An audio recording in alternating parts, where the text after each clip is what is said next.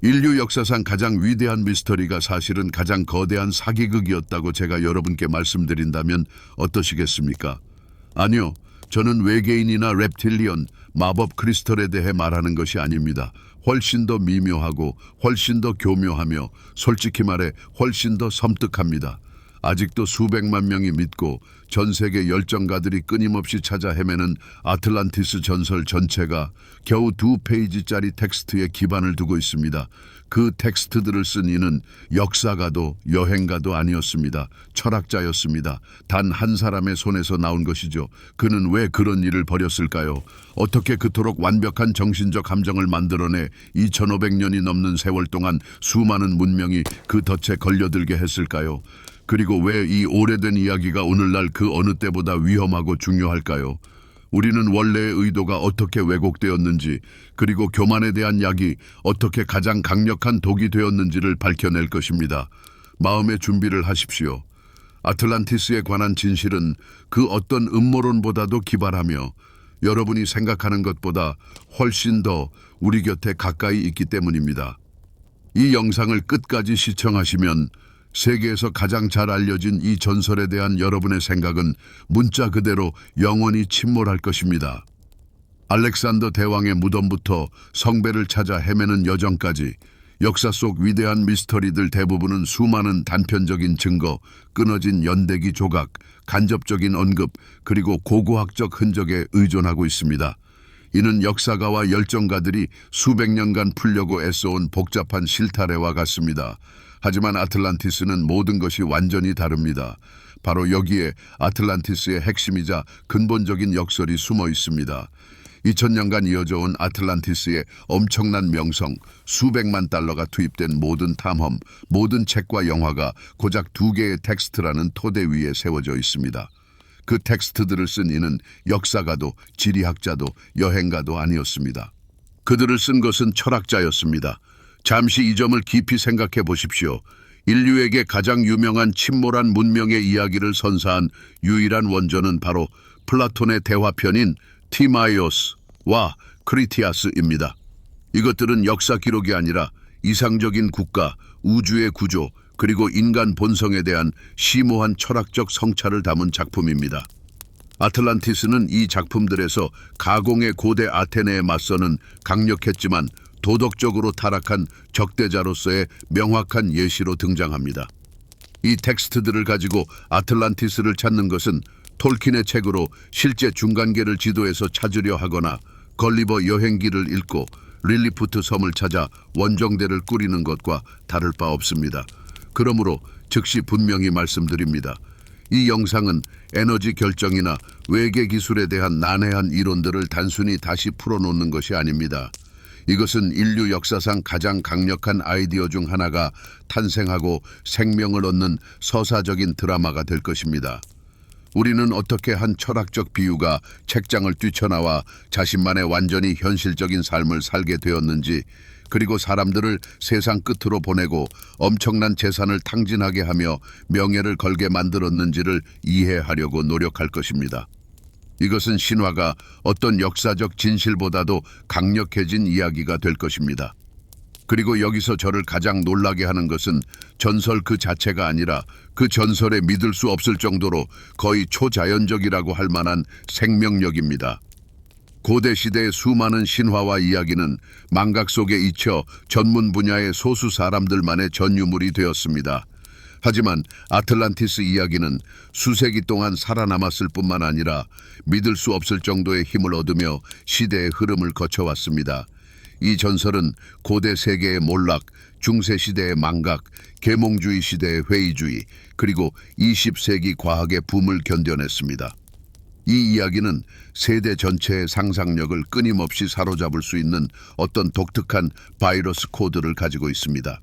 왜 하필 이 이야기였을까요? 플라톤은 의도했든 아니든 이 이야기에 무엇을 담았기에 우리 내면 깊은 곳에 그토록 깊이 울려 퍼지는 것일까요?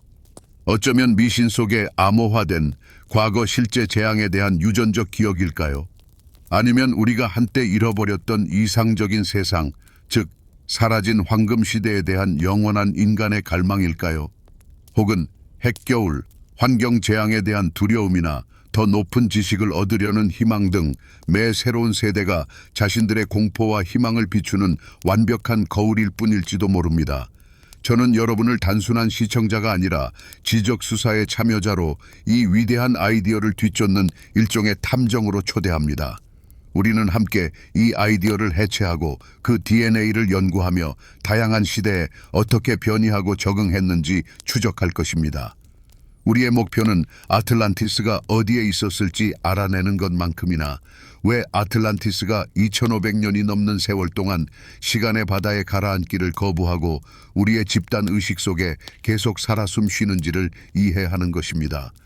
아틀란티스가 어디에서 시작되었는지 이해하려면 잠시 아틀란티스를 잊고 기원전 4세기 아테네로 시간을 거슬러 올라가야 합니다. 그 시대를 한번 느껴봅시다. 그곳의 공기는 티 없이 맑지 않았습니다. 피르스 항구에서 불어오는 짠 바닷바람과 아테네 거리의 흙먼지가 뒤섞인 짙고 생동감 넘치는 향기였습니다. 여기에 올리브 기름, 암포라에 담긴 신포도주, 수천 가구의 화덕과 아크로폴리스 재단에서 피어나는 연기, 그리고 아고라 상점의 생선 냄새와 불완전한 도시 하수도의 날카롭지만 익숙한 냄새가 더해졌습니다. 이곳은 소리의 세계였습니다. 끊임없이 떠드는 군중의 소리, 돌바닥을 두드리는 샌들 소리, 수레의 삐걱거리는 소리, 상인들의 외침, 그리고 무엇보다도 논쟁하는 목소리의 웅성거림이 끊이지 않았습니다. 모든 아테네 시민은 보리 가격부터 존재의 본질까지 세상의 모든 것을 논하는 것을 자신의 의무로 여겼기 때문입니다. 바로 이 아이디어의 웅성거리는 벌집에서 아틀란티스가 탄생했습니다. 아틀란티스를 이해하려면 당시 모든 교육받은 그리스인의 의식 속에 깊이 새겨져 있던 핵심 코드를 알아야 합니다. 첫 번째이자 가장 중요한 개념은 바로 로고스였습니다. 우리에게는 단순히 논리나 단어를 의미하지만 그리스인에게는 그 이상이었습니다. 그것은 합리적이고 정돈된 말에 거의 신적인 힘에 대한 믿음이었습니다. 그리스인들은 올바르게 구성된 논증을 통해 상대방을 설득할 뿐만 아니라 우주의 진정한 구조에 다가갈 수 있다고 확신했습니다. 훌륭한 연설, 잘 짜인 대화는 그들에게 대리석 조각상 못지않게 귀중한 예술 작품이었습니다. 인간 이성의 힘에 도취되었던 시대였습니다. 두 번째 코드는 코스모스입니다. 다시 말해 우리에게는 단순히 저 멀리 있는 별들을 의미합니다. 그리스인에게 코스모스는 질서, 조화, 카오스의 반대말이었습니다. 우주는 무자규적인 사물들의 집합체가 아니라 모든 것이 제자리와 목적을 가진 아름답고 수학적으로 정교하며 인식 가능한 시스템이었습니다. 하늘의 행성들, 폴리스의 시민들, 인간 영혼의 미덕들이 그러했습니다. 철학자의 삶의 목표, 그리고 단순히 훌륭한 남자의 목표는 이 세계 질서를 깨닫고 자신의 삶을 그에 맞추는 것이었습니다. 국가의 폭정이든 사상의 혼란이든 이 질서에 대한 어떠한 위반도 질병, 즉 정상으로부터의 일탈로 인식되었습니다. 바로 여기에서 그 시대의 핵심적인 갈등, 즉 새로운 로고스와 오래된 미토스의 충돌이 발생합니다. 미토스는 입에서 입으로 전해 내려오는 신들과 영웅에 대한 전통적인 이야기입니다. 로고스는 합리적인 설명, 즉 단순히 이야기하는 것을 넘어 증명하려는 시도입니다. 플라톤의 세대는 이 두 세계관의 지각 변동 위에 살았습니다. 그리고 플라톤의 천재성은 미토스를 역사의 쓰레기통에 버리지 않았다는 데 있었습니다. 그는 모두에게 익숙한 옛 형태, 즉 신화적 서사를 취하여 완전히 새롭고 철학적이며 로고스 중심적인 내용으로 채웠습니다. 그는 미토스를 로고스를 발전시키기 위한 도구로 활용한 것입니다. 그래서 제가 생각하기에 정확히 들어맞는 비유를 하나 들어드리겠습니다. 아틀란티스 이야기는 고대 연대기가 아닙니다. 그것은 인류 역사상 최초의 철학적 충돌 시험, 즉 지적 시뮬레이터입니다. 새로운 구조물의 강도를 증명하려는 엔지니어를 상상해 보십시오. 그는 긴 보고서를 쓰는 대신 컴퓨터 모델을 만들어 자신의 이상적인 대상을 구축한 다음 그것이 견뎌낼 수 있는지 보기 위해 최대 강도의 가상 허리케인을 퍼붓습니다. 플라톤도 똑같이 했습니다. 그의 이상적인 대상은 모든 시민적 미덕의 구현인 신화 속 고대 아테네입니다. 그리고 허리케인은 바로 아틀란티스입니다. 플라톤은 이상적인 아테네 시민들을 극한의 스트레스 상황에 놓았습니다. 믿을 수 없을 정도로 부유하고 기술적으로 발전했으며 온 세상을 정복하려 했던 강력한 제국, 즉 절대적인 적과 대면하게 한 것입니다. 아틀란티스에 대한 이야기는 과거를 기록하려는 시도가 아니라 간단하지만 중요한 생각을 증명하기 위해 기발하게 고안된 사고 실험이었습니다. 코스모스와 조화를 이루고 로고스에 의해 지배되는 작지만 정의롭고 조화로운 폴리스가 부와 교만으로 타락한 거대하지만 압제적인 폭정보다 항상 강하다는 것을 말입니다. 이것은 지리학이 아니라 가장 화려하게 표현된 정치 철학이었습니다. 아틀란티스라는 연쇄 반응을 촉발시킨 출발점이자 촉매는 깊은 개인적, 사회적 트라우마였습니다. 플라톤은 재앙을 겪은 세상에 살았습니다. 한때 그리스 세계의 빛나는 패자였던 그의 고향 아테네는 펠로폰네소스 전쟁에서 뼈아픈 패배를 겪었습니다. 아테네인들이 그토록 자랑스러워했던 민주주의는 오클로크라시, 즉 군중의 지배로 타락했습니다. 히스테리 발작으로 그의 스승이자 가장 현명한 그리스인이었던 소크라테스를 사형에 처한 군중의 지배 말입니다. 플라톤에게 이것은 단순한 정치적 위기가 아니었습니다. 그것은 가치체계 전체의 붕괴였습니다. 그는 최고의 이상 위에 세워진 국가가 어떻게 내부에서부터 썩어들어가 포퓰리즘, 탐욕, 무모함에 빠져들 수 있는지 보았습니다. 그는 거대한 규모의 과제를 안고 있었습니다. 어떻게 이상적인 국가를 건설할 것인가? 부패, 폭정, 무지한 다수의 독재로부터 보호받는 국가를 말입니다.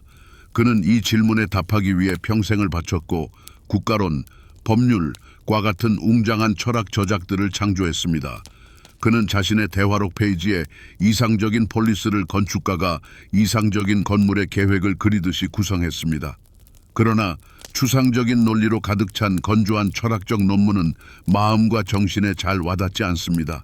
그는 더 강력한 도구가 필요했습니다. 그는 명확하고 압도적인 예시가 필요했습니다. 그리고 그는 마침내 역사의 엔진인 아틀란티스라는 개념을 창조합니다. 이것은 당시로서는 완전히 혁명적이고 믿을 수 없을 정도로 대담한 움직임이었습니다. 플라톤 이전에는 신화가 대대로 물려받은 고대에 변치 않는 것이었습니다. 하지만 플라톤은 천재적인 연출가처럼 행동했습니다. 그는 모두에게 친숙한 형식, 즉 고대 문명 간의 전쟁에 대한 서사적 이야기를 가져와 완전히 새롭고 철학적인 내용을 담았습니다. 그는 단순히 보십시오, 탐욕과 교만은 나쁩니다 라고 말하지 않았습니다. 그는 그것을 보여주었습니다. 그는 허구의 초강대국 아틀란티스를 창조하고 헤아릴 수 없는 부, 첨단 기술, 무적의 군대 등 생각할 수 있는 모든 힘의 속성을 부여했습니다. 그리고 나서 그는 지혜와 정의로 제어되지 않는 이 힘이 어떻게 문명을 오염시키고 궁극적으로 파괴하는 도구로 변하는지를 보여주었습니다. 플라톤은 마치 엔지니어처럼 꼼꼼하게 허구의 제국을 창조했습니다. 그는 단순히 몇 줄을 휘갈겨 쓰지 않았습니다. 그는 헤라클레스의 기둥 너머라는 정확한 지리적 위치를 부여했습니다. 리비아와 아시아를 합친 것보다 더 큰 섬이라는 지질학적 배경도 부여했습니다. 그는 도시 계획을 세밀하게 구상했습니다. 동심원 모양의 육지와 물의 고리, 배가 도시 중심부로 직접 들어갈 수 있는 운하, 귀금속으로 덮인 포세이돈 신전까지 말입니다. 그는 심지어 10명의 왕의 연합이라는 국가체제까지 명시했습니다. 이러한 놀라운 세밀함은 우연이 아니었습니다. 그것은 청자나 독자로 하여금 실제 역사적 사건에 대해 이야기하고 있다고 믿게 만드는 완전한 현장감을 조성하기 위함이었습니다. 그렇다면 동시대인들의 반응은 어땠을까요? 즉각적인 탐사대가 조직되는 등 모두가 와우! 라고 외치는 식은 아니었습니다. 반응은 훨씬 더 복잡하고 흥미로웠습니다. 아틀란티스 이야기는 학계에 지적 폭탄이 터진 것과 같은 효과를 냈습니다. 이 이야기는 곧바로 격렬한 논쟁의 대상이 되었습니다. 어떤 이들은 이야기의 아름다움과 힘에 매료되어 그것을 인류 역사의 잃어버린 장으로 여기며 있는 그대로 받아들일 준비가 되어 있었습니다. 반면에 다른 이들은 즉시 그것이 철학적 우화임을 알아보았습니다. 가장 유명한 회의론자는 다름 아닌 플라톤의 수제자이자 위대한 철학자 아리스토텔레스였습니다. 메스처럼 날카로운 분석적 통찰력을 지녔던 그는 고대 저술가들의 기록에 따르면 스승의 이야기에 숨김없는 비웃음을 보였습니다. 그의 이러한 입장을 완벽하게 요약하는 문구로 그것을 지어낸 자가 곧 그것을 파괴했다는 말이 전해집니다. 형식 논리학의 아버지라 불리는 아리스토텔레스에게 아틀란티스는 철학적 드라마를 위한 기막힌 무대 장치, 그 이상도 이하도 아닌 예술적 허구임이 분명했습니다.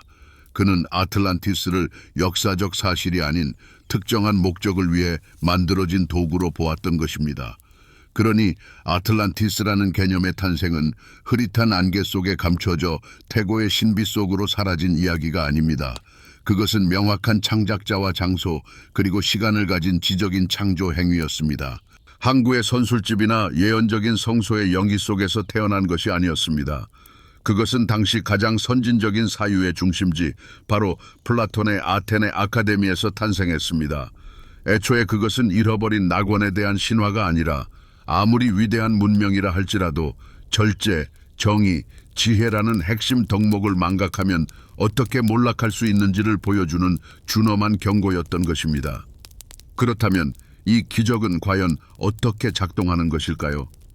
왜 평범한 철학적 비유가 그토록 설득력을 가질 수 있었을까요? 그것은 단순한 비유가 아니기 때문입니다. 이 모든 것을 설명하는 핵심적인 은유는 제 생각에 플라톤이 이야기를 만든 것이 아니라 완벽한 지적 함정을 설계했다는 점입니다. 이것은 완벽하게 설계된 문학적 장치로서 그 하나하나의 구성 요소와 톱니바퀴는 회의론을 우회하고 듣는 이나 읽는 이로 하여금 허구를 현실로 받아들이게 만드는 단 하나의 임무를 수행하도록 고안되었습니다. 이것은 역사공학이 아닌 심리공학의 걸작이며 이제 우리는 그 속내를 들여다볼 것입니다. 이러한 장치의 첫 번째이자 가장 강력한 구성 요소는 바로 정보 공급망을 빈틈없이 구축하는 것입니다. 플라톤은 결코 내가 이것을 지어냈다고 말하지 않습니다. 그랬다면 너무 단순해서 모든 것이 한순간에 무너졌을 테니까요. 대신 그는 복잡하고 다층적인 정당화 체계를 구축합니다. 이야기를 직접 하는 사람은 그가 아니라 그의 친척인 크리티아스입니다. 크리티아스는 이 이야기를 어디서 들은 것이 아니라 자신의 할아버지에게서 들었고 그 할아버지는 또 자신의 아버지인 드로피데스에게서 전해 들었습니다.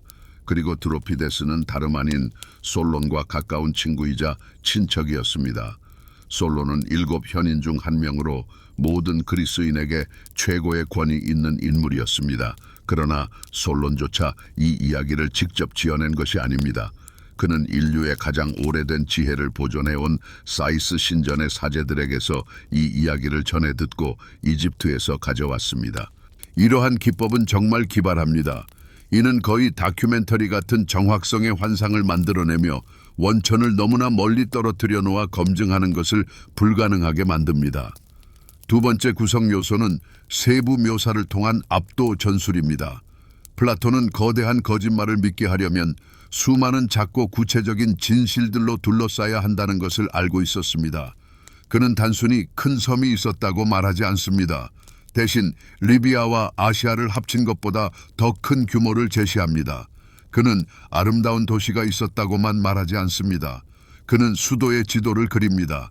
동심원 모양의 흙과 물고리, 너비가 3 플레트론에 달하는 운하, 오리할쿰과 주석, 그리고 구리로 뒤덮인 성벽 등등 섬의 자원도 일일이 나열합니다.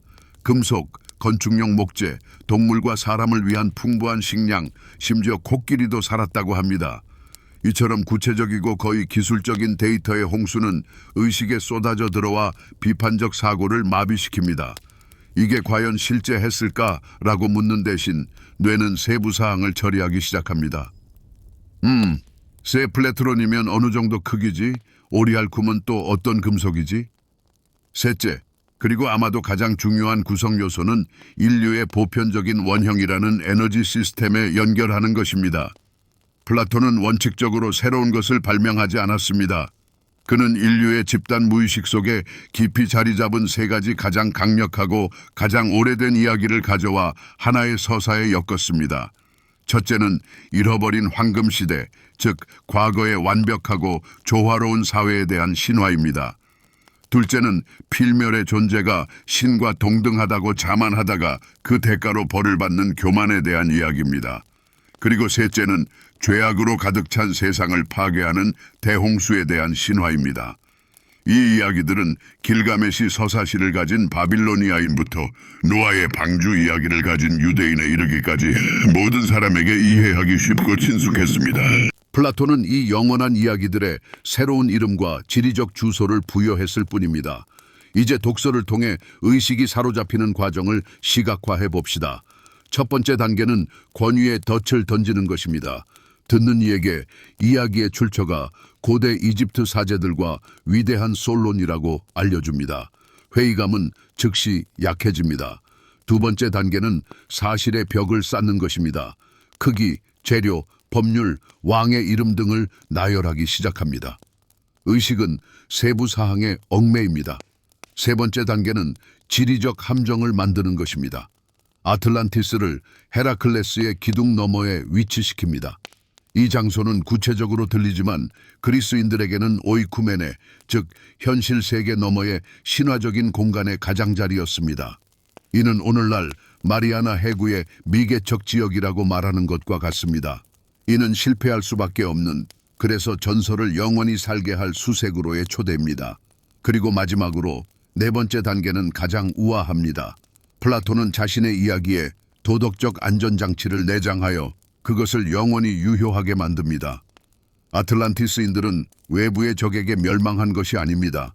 그들은 자신의 탐욕과 교만, 호전성으로 인해 파멸했습니다. 내적인 도덕적 부패가 그들을 몰락시켰습니다. 이는 이 이야기를 단순히 가라앉은 섬에 대한 이야기가 아니라 우리 문명을 포함한 모든 문명에게 영원한 거울로 만듭니다. 전쟁이나 위기, 대재앙이 세상에서 일어날 때마다 아틀란티스 신화는 다시 떠올라 우리가 그들의 길을 되풀이하고 있지는 않은지 질문하게 만듭니다. 결과적으로 우리는 고대 연대기가 아니라 천재적으로 고안된 정신의 트로이 목마를 다루고 있습니다. 겉으로는 모험과 재앙에 대한 매혹적인 이야기이지만 그 안에는 권력의 본질, 정의, 그리고 문명의 몰락에 대한 복잡한 철학적 구조가 담겨 있습니다. 플라톤은 너무나 완벽한 서사 메커니즘을 창조하여 그것은 창조자의 통제를 벗어나 수천 년 동안 인류를 기만하고 매혹하며 독립적인 삶을 살게 되었습니다.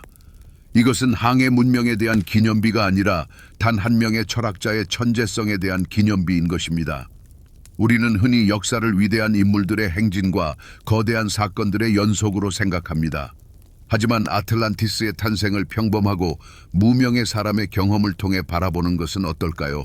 기원전 350년경 플라톤의 아테네 아카데미에 다니는 어린 학생이 되었다고 상상해 보십시오. 책상에 앉아 있는 것이 아니라 올리브나무 그늘 아래 돌계단에 앉아 있습니다. 뜨거운 아티카의 공기는 미동도 없습니다. 그리고 그때 백발이지만 여전히 기력이 넘치는 철학자가 이야기를 시작합니다. 그는 개념이나 이념에 대해 말하는 대신 웅장한 도시를 언어로 그리고 그 운하와 성벽, 헤아릴 수 없는 부를 묘사합니다. 그리고 여러분, 어릴 때부터 헤라클레스와 테스스의 신화를 들으며 자란 젊은이들은 이것을 알레고리로 받아들이지 않습니다. 여러분은 이것을 조상들의 영웅적인 과거 중 잃어버린 한 장으로 받아들입니다. 위대한 사상가의 목소리로 생생하게 전해지는 이 이야기는 화면의 시대에 사는 우리로서는 온전히 이해하기 어려운 효과를 만들어냅니다. 하지만 플라톤의 천재성만으로는 이러한 눈사태를 일으킬 수 없었을 것입니다. 아틀란티스 신화에는 숨겨진 영웅, 즉 첫 번째이자 아마도 가장 중요한 프로듀서가 있었습니다. 그의 이름은 솔리 크란토르였습니다.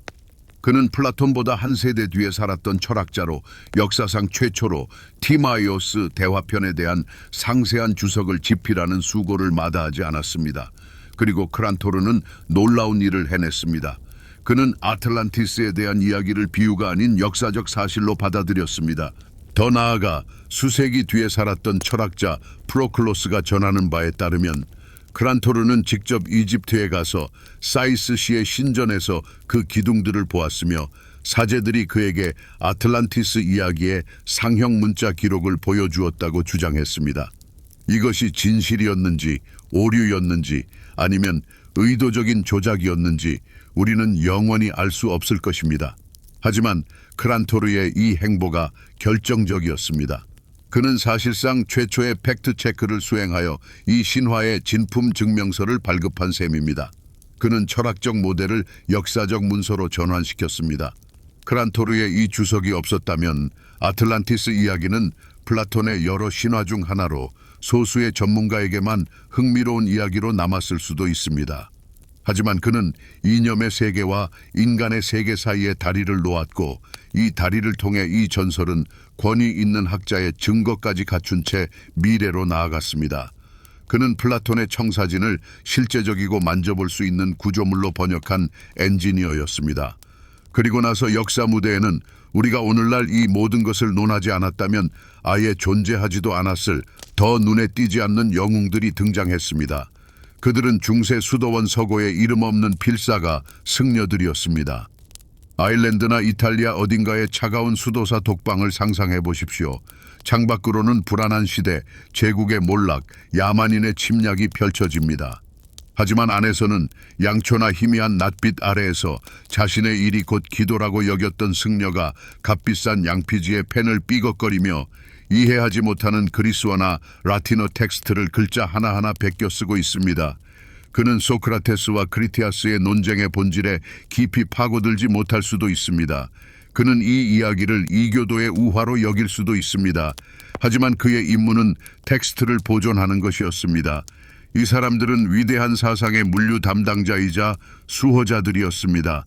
화재와 전쟁, 그리고 단순히 시간의 파괴적인 작용을 견뎌낸 모든 필사보는 작은 기적입니다. 이름조차 역사에 기록되지 않은 이 겸손한 노동자들은 천년의 망각을 뚫고 아틀란티스라는 사상을 담은 깨지기 쉬운 그릇을 운반했습니다.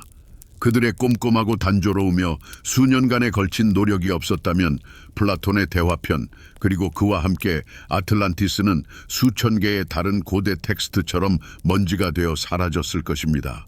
그들은 신화가 가장 어두운 시기를 견뎌낼 수 있도록 해준 보이지 않는 군대였습니다. 여기에 이 이야기가 왜 사람들의 마음을 그토록 사로잡았는지 이해하는 데 도움이 되는 놀라운 일상적 세부사항이 있습니다. 고대와 중세 시대에는 대다수의 사람들이 우리처럼 눈으로 텍스트를 소리 없이 읽지 않았습니다. 읽기는 구두 과정이었습니다. 혼자 있을 때조차 텍스트를 소리내어 읽는 것이 일반적이었습니다. 이는 아틀란티스 이야기가 단순히 정보가 아니었다는 것을 의미합니다. 그것은 소리였고 리듬이었고 단어의 음악이었습니다. 그것은 읽히지 않고 들렸습니다. 노래나 주문처럼 귀를 통해 의식 속으로 스며들었습니다. 이러한 구두적이고 거의 연극적인 지각 방식은 그 감정적 영향을 여러 배로 증폭시켜 허구의 이미지들을 생생하고 활기차며 완전히 현실적인 것으로 만들었습니다. 이처럼 아틀란티스의 생명력은 플라톤이라는 한 천재만의 공로가 아닙니다. 이는 수세기를 거쳐 나누어진 엄청난 수의 사람들의 집단적 노력의 결과입니다. 숨죽이며 들었던 학생들, 신화의 사실의 지위를 부여했던 주석가들, 그리고 물리적으로 그것을 파멸로부터 구해낸 이름 없는 필사가들. 여기서 인간적 요소는 허구의 아틀란티스인들이 아닙니다. 그것은 이 계주봉을 각자의 방식으로 시대마다 다음 세대로 전달하여 신화가 오늘날까지 살아남을 수 있도록 해준 실제적이고 끊임없는 인간의 사슬입니다. 1500여 년 동안 아틀란티스라는 개념은 비교적 평온한 삶을 살았습니다. 그것은 플라톤의 필사본 페이지 속에 갇혀 잠들어 있던 거인이었습니다. 철학자들이 그것을 연구하고 박식한 이들이 인용하고 승려들이 베껴 썼습니다. 그것은 지적 훈련의 대상이었고 우아한 비유였으며 위대한 고대 유산의 일부였습니다. 플라톤이 만든 시스템은 완벽하게 작동했습니다. 그것은 흥미를 유발할 만큼 충분히 설득력이 있었지만 동시에 아무도 그것을 찾기 위해 배를 준비하지 않을 만큼 충분히 신화적이었습니다. 그러나 1500년대 말 완벽한 폭풍이 휘몰아쳤습니다. 그것은 판도를 영원히 바꾸고 플라톤의 모든 구조를 붕괴 직전으로 몰아넣은 사건이었습니다. 이 폭풍의 이름은 크리스토퍼 콜럼버스였습니다. 신대륙의 발견은 유럽인들에게 마치 외계인의 등장을 목도한 것과 같은 충격으로 다가왔습니다. 명확하고 완벽해 보였던 세계 지도는 산산조각 났습니다. 더욱이 바다 건너편에는 미개한 부족이 아닌 도시와 피라미드, 정교한 달력 체계와 복잡한 사회 구조를 갖춘 아스텍 문명과 잉카 문명처럼 고도로 발전한 문명들이 존재했죠. 유럽인들은 거대한 의문에 부딪혔습니다. 이 모든 것은 도대체 어디에서 비롯되었단 말인가? 성경에도 고대 그리스 로마의 문헌에도 언급되지 않은 이 문화들의 존재를 어떻게 설명해야 할까? 바로 그때 마치 기다렸다는 듯 먼지 쌓인 서구에서 아틀란티스라는 오래된 신화가 세상 밖으로 모습을 드러냈습니다. 공기 중에 떠돌던 이 아이디어는 너무나 매력적이어서 도저히 거부할 수 없었습니다. 대서양 어딘가에서 재앙과 함께 사라진 강력한 문명. 혹시 살아남은 아틀란티스인들이 아메리카 대륙으로 건너가 자신들의 식민지를 세우고 건축과 국가 운영에 대한 지식을 전수한 것은 아닐까? 프란시스코 로페스 데 고마라와 같은 에스파냐의 연대기 작가들이 처음 제기했던 이 가설은 모든 문제를 해결해줄 완벽한 해답처럼 보였습니다. 그것은 신대륙을 기존의 세계관에 우아하게 통합시키고 아메리카 원주민들의 경이로운 업적을 설명해 주었죠. 신화는 더 이상 단순한 이야기가 아니었습니다. 이제 하나의 작업 가설로 격상된 것이었죠. 그런데 바로 이 지점에서 플라톤의 탁월한 구상, 즉 그의 가장 강력한 장점이 오히려 그 자신에게 칼날이 되어 돌아왔습니다. 그의 이야기가 그토록 설득력을 가졌던 이유를 기억하십니까? 바로 구체성이었습니다. 특히 헤라클레스의 기둥 너머의 섬이라는 지리적 연결고리가 그랬죠. 대서양이 유럽인들에게는 그저 두려운 세상의 끝자락에 불과했을 때 이 세부 묘사는 신비로운 분위기를 자아내는 데 일조했습니다. 하지만 대서양이 항해 가능한 바다가 되고 그 기둥 너머로 실제 육지가 발견되자 이 구절은 은유가 아닌 정확한 좌표로 탈바꿈했습니다. 현실감이라는 강점이 곧 약점으로 변모한 순간이었습니다. 플라톤이 가상의 지도를 너무나도 생생하게 그려낸 나머지 사람들은 그것을 실제 지구본 위에서 찾기 위해 혈안이 되었습니다. 그때 벌어진 일은 마치 사상의 배에서 일어난 반란이라고 부를 만했습니다. 선장 플라톤은 정의와 절제라는 철학적 이해를 향해 항로를 설정했습니다. 그러나 황금과 권력에 대한 이야기에 매료되었던 승무원들, 즉 수많은 후대 독자들은 반란을 일으켰습니다. 그들은 배를 장악하고 복잡한 철학은 바다에 내던진 채 문자 그대로 물리적인 보물섬을 찾아 배의 방향을 돌렸습니다. 본래의 의도는 철저히 배신당했습니다. 제국주의적 야망에 대한 위대한 경고는 오히려 그 야망을 정당화하는 이데올로기적 도구로 변질된 것입니다. 이러한 전환은 돌이킬 수 없는 결과를 낳았습니다. 아틀란티스는 학계의 통제를 벗어나 대중 속으로 파고들었습니다. 철학자들의 소유가 아닌 모험가와 신비주의자 그리고 작가들의 전유물이 된 것이죠. 이제 누구나 아틀란티스의 역사에 자신의 환상을 자유롭게 덧붙일 수 있게 되었습니다. 어떤 이들에게는 아메리카 원주민들이 스스로 문명을 건설한 것이 아니라 우월한 종족으로부터 물려받았다는 증거가 되었습니다. 또 다른 이들에게는 비밀스러운 지식의 발원지이자 세상 모든 미스터리를 푸는 열쇠가 되었고요. 플라톤의 본래 섬세하고도 복잡했던 메시지는 마치 그 전설 속 섬이 깊은 물속에 잠겨버린 것처럼 온갖 억측의 눈사태 아래 파묻혀 버렸습니다. 이처럼 신화가 경고가 아닌 보물지도가 되고 철학적 우화에서 유사 역사적 미스터리로 변모했을 때 새로운 질문, 훨씬 더 위험한 질문이 고개를 들었습니다. 이 강력한 아이디어가 단순한 몽상가가 아닌 전혀 새롭고 때로는 섬뜩하기까지 한 이데올로기를 구축하려 하는 자들의 손에 들어간다면 과연 어떤 일이 벌어질까요? 아메리카 아틀란티스 이론의 엄청난 성공에도 불구하고 모든 유럽 지식인들이 맹목적으로 이를 믿었다고 생각하는 것은 오해입니다. 지적 정직성은 플라톤의 텍스트를 직접 다루던 인문학자들과 문헌학자들이 옹호했던 더 냉철한 관점도 동시에 존재했음을 인정해야 합니다. 그리스어와 철학에 깊이 몰두했던 이 학자들은 우화와 역사적 기록 사이의 차이를 명확히 이해하고 있었습니다. 그들은 플라톤이 지리학자가 아닌 철학자였으며 그의 목표는 실제 섬을 묘사하는 것이 아니라 이상적인 모델을 구축하는 데 있었다고 지적했습니다. 이들에게 아틀란티스는 애초에 의도된 대로 위대한 비유로 남아 있었습니다. 이처럼 이미 16세기부터 두 갈래의 균열이 발생했습니다. 한편에서는 아메리카 원주민의 조상으로서 아틀란티스에 대한 대중적이고 거의 민중적인 믿음이 있었고, 다른 한편에서는 신화를 본래의 철학적 맥락으로 되돌리려는 학문적 회의론이 대립했습니다. 그렇다면 왜 대중적인 버전이 그토록 압도적인 승리를 거두었을까요? 그 이면에는 강력하지만 보이지 않는 지지 기반, 즉 경제가 있었기 때문입니다.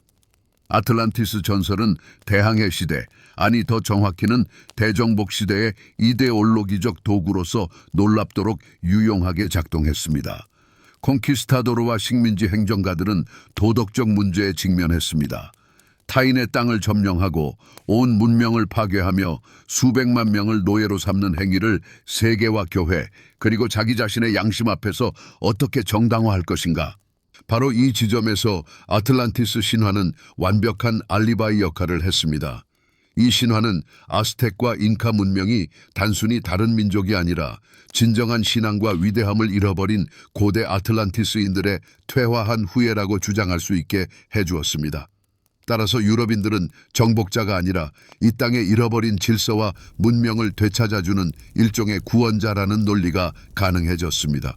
경제의 규모에 대해 이야기해 봅시다.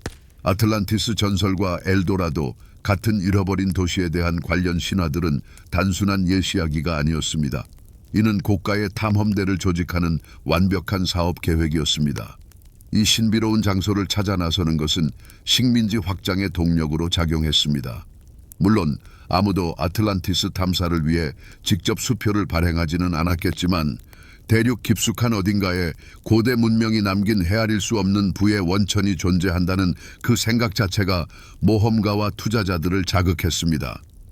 아스텍 및 잉카 제국의 정복 이후 아메리카에서 유럽으로 쏟아져 들어온 금과 은의 흐름은 실제했고, 그 규모는 전 세계 금융 시스템을 뒤흔들 정도였습니다. 아틀란티스 신화는 마치 이것이 다가 아니다, 가장 중요한 보물은 아직 다음 산등성이 넘어나 강물 굽이치는 곳 어딘가에 기다리고 있다는 일종의 영원한 약속 역할을 했습니다. 그리고 여기에서 우리는 숨겨진 의미에 도달합니다. 멕시코의 피라미드를 이집트의 피라미드와 비교하는 것은 단순히 유사성을 찾으려는 순진한 시도가 아니었습니다. 이는 상징적인 전유 행위였습니다. 그것은 강력한 무의식적 메시지를 담고 있었습니다. 당신들의 가장 위대한 업적은 당신들의 것이 아니다. 그것은 단지 구세계에서 만들어진 것의 희미한 복사본일 뿐이다. 당신들은 창조자가 아니라 단지 모방자일 뿐이다. 이로써 군사적, 경제적 식민화뿐만 아니라 문화적 식민화까지 이루어졌습니다. 신세계의 독특하고 고유한 문명들은 아틀란티스 신화라는 프리즘을 통해 고대 지중해 세계의 길 잃은 이류 지방으로 전락했던 것입니다. 이와 동일한 메커니즘은 케찰코아틀 신화의 사례에서도 분명히 드러납니다. 에스파냐 연대기 작가들은 케찰코아틀이 바다 건너에서 왔으며 다시 돌아오겠다고 약속했던 피부 희고 수염난 신이었다는 이야기를 적극적으로 퍼뜨렸습니다. 콜럼버스 이전의 문헌에서는 거의 찾아볼 수 없는 이 이야기는 단순히 흥미로운 역사담이 아니었습니다. 그것은 사후에 쓰인 정치적 선언문이었습니다. 이는 콩키스타도르들의 도래를 정당화했습니다. 코르테스와 그의 일행은 침략자가 아니라 오랫동안 기다려왔던 예언된 사절로 둔갑했습니다. 이로써 정복은 예언의 성취로, 원주민들의 저항은 신성 모독이자 자신들 신의 뜻에 대한 반항으로 변질되었습니다. 결과적으로 우리는 무엇을 보게 됩니까? 이 시기에 아틀란티스 신화의 은밀한 삶은 플라톤의 철학적 고고함과는 한없이 멀리 떨어져 있었습니다. 학자 인문주의자들이 번역의 미묘함에 대해 논쟁하는 동안 그 아이디어 자체는 군사적 복무에 동원되어 식민주의의 무기고에서 가장 효과적인 무기 중 하나가 되었습니다. 그것은 도덕적 정당성, 경제적 동기, 그리고 상징적 우월성을 제공했습니다. 아틀란티스는 제국주의적 야망의 파괴성을 경고하는 것에서 그 야망의 주요 깃발로 변모했습니다. 이제 우리가 이 놀라운 여정을 추적했으니 그림은 명확해지기 시작합니다. 우리는 하나의 철학적 우화가 어떻게 2000년 동안의 강박관념을 낳았는지라는 역설로 이야기를 시작했습니다. 우리는 지적 함정과도 같은 그 천재적인 메커니즘을 파헤쳤습니다. 겸손한 필사자들이나 야심찬 주석가들이 어떻게 그것을 수세기 동안 이어왔고 정복시대의 모험가들이 어떻게 그것을 이데올로기적 무기로 변모시켰는지를 보았습니다. 철학적, 문학적, 역사적, 경제적 모든 서사의 실마리들이 한 점으로 수렴됩니다. 그리고 이제 우리는 마침내 가장 중요한 질문에 답할 준비가 되었습니다. 아틀란티스 현상의 수수께끼는 과연 무엇일까요? 해답은 동시에 단순하면서도 압도적으로 복잡합니다. 그 해답은 아틀란티스가 잃어버린 땅이 아니라는 데 있습니다. 그것은 완벽한 아이디어입니다. 그것은 음파 탐지기나 잠수정을 이용해 찾아야 할 장소가 아닙니다. 그것은 완벽하게 구성된 서사 기술이며 인류 역사상 가장 성공적이고 생명력 있는 의식 바이러스로서 문화 속에서 끝없이 스스로를 복제하도록 천재적으로 설계된 것입니다. 그것의 현상은 가상의 실제에 있는 것이 아니라 그 절대적인 기능성에 있습니다. 아틀란티스는 개념적인 스위스 나이프와 같습니다. 각 시대마다 그 안에서 자신만의 도구를 찾았습니다. 플라톤 자신에게는 동시대 사회의 악덕을 해부하는 날카로운 메스였습니다. 그의 후계자들에게는 성스러운 텍스트를 해석하는 편리한 열쇠였습니다. 르네상스 인문주의자들에게는 고대 정신의 조율하는 우아한 소리굽소였습니다. 콩키스타도르들에게는 낯선 문명의 벽을 부수는 육중한 공성추였습니다. 19세기 신비주의자들에게는 아스트랄 세계와 연결되는 마법의 수정 구슬이었습니다. 20세기 이데올로그들에게는 자신들의 인종 이론을 증폭시키는 강력한 공명기였습니다. 아틀란티스는 결코 한 가지였던 적이 없습니다. 그것은 늘 사람들이 보고 싶어 했던 바로 그 모습이었습니다. 그것은 왜 그토록 잘 적응했을까요? 비결은 그 본래의 정교하게 고안된 이중성에 있습니다. 플라톤은 자신의 신화를 충분히 구체적으로 만들어 실제처럼 보이게 하면서도 동시에 무한한 해석을 허용할 만큼 충분히 모호하게 만들었습니다. 그는 지리적 위치를 부여했지만 세상의 끝, 도달 불가능한 곳에 두었습니다. 역사를 부여했지만 9,000년 전 검증 불가능한 고대로 돌려놓았습니다. 믿기 힘든 기술력을 부여했지만 그 어떤 유물도 남기지 않았습니다. 구체성과 증명 불가능성의 이 조합이 바로 그 천재적인 공식입니다. 아틀란티스는 결코 성공하지 않아야 할 영원한 탐색입니다. 왜냐하면 일단 발견되는 순간 그것은 죽을 것이기 때문입니다. 그 힘은 그것의 부재에 있습니다. 그리고 이것은 우리를 더 깊은 층위로 이끌어줍니다. 아틀란티스가 그토록 성공적인 이유는 우리에게 사실을 주지 않기 때문입니다. 그것은 우리가 훨씬 더 필요로 하는 것, 즉 의미를 줍니다. 아틀란티스는 인류가 2500년 동안 자신의 가장 근본적인 원형들을 투영해온 역사상 가장 위대한 깨끗한 캔버스가 되었습니다. 그것은 잃어버린 낙원, 황금시대에 대한 영원한 향수입니다. 그것은 신의 징벌과 피할 수 없는 운명에 대한 깊은 두려움입니다.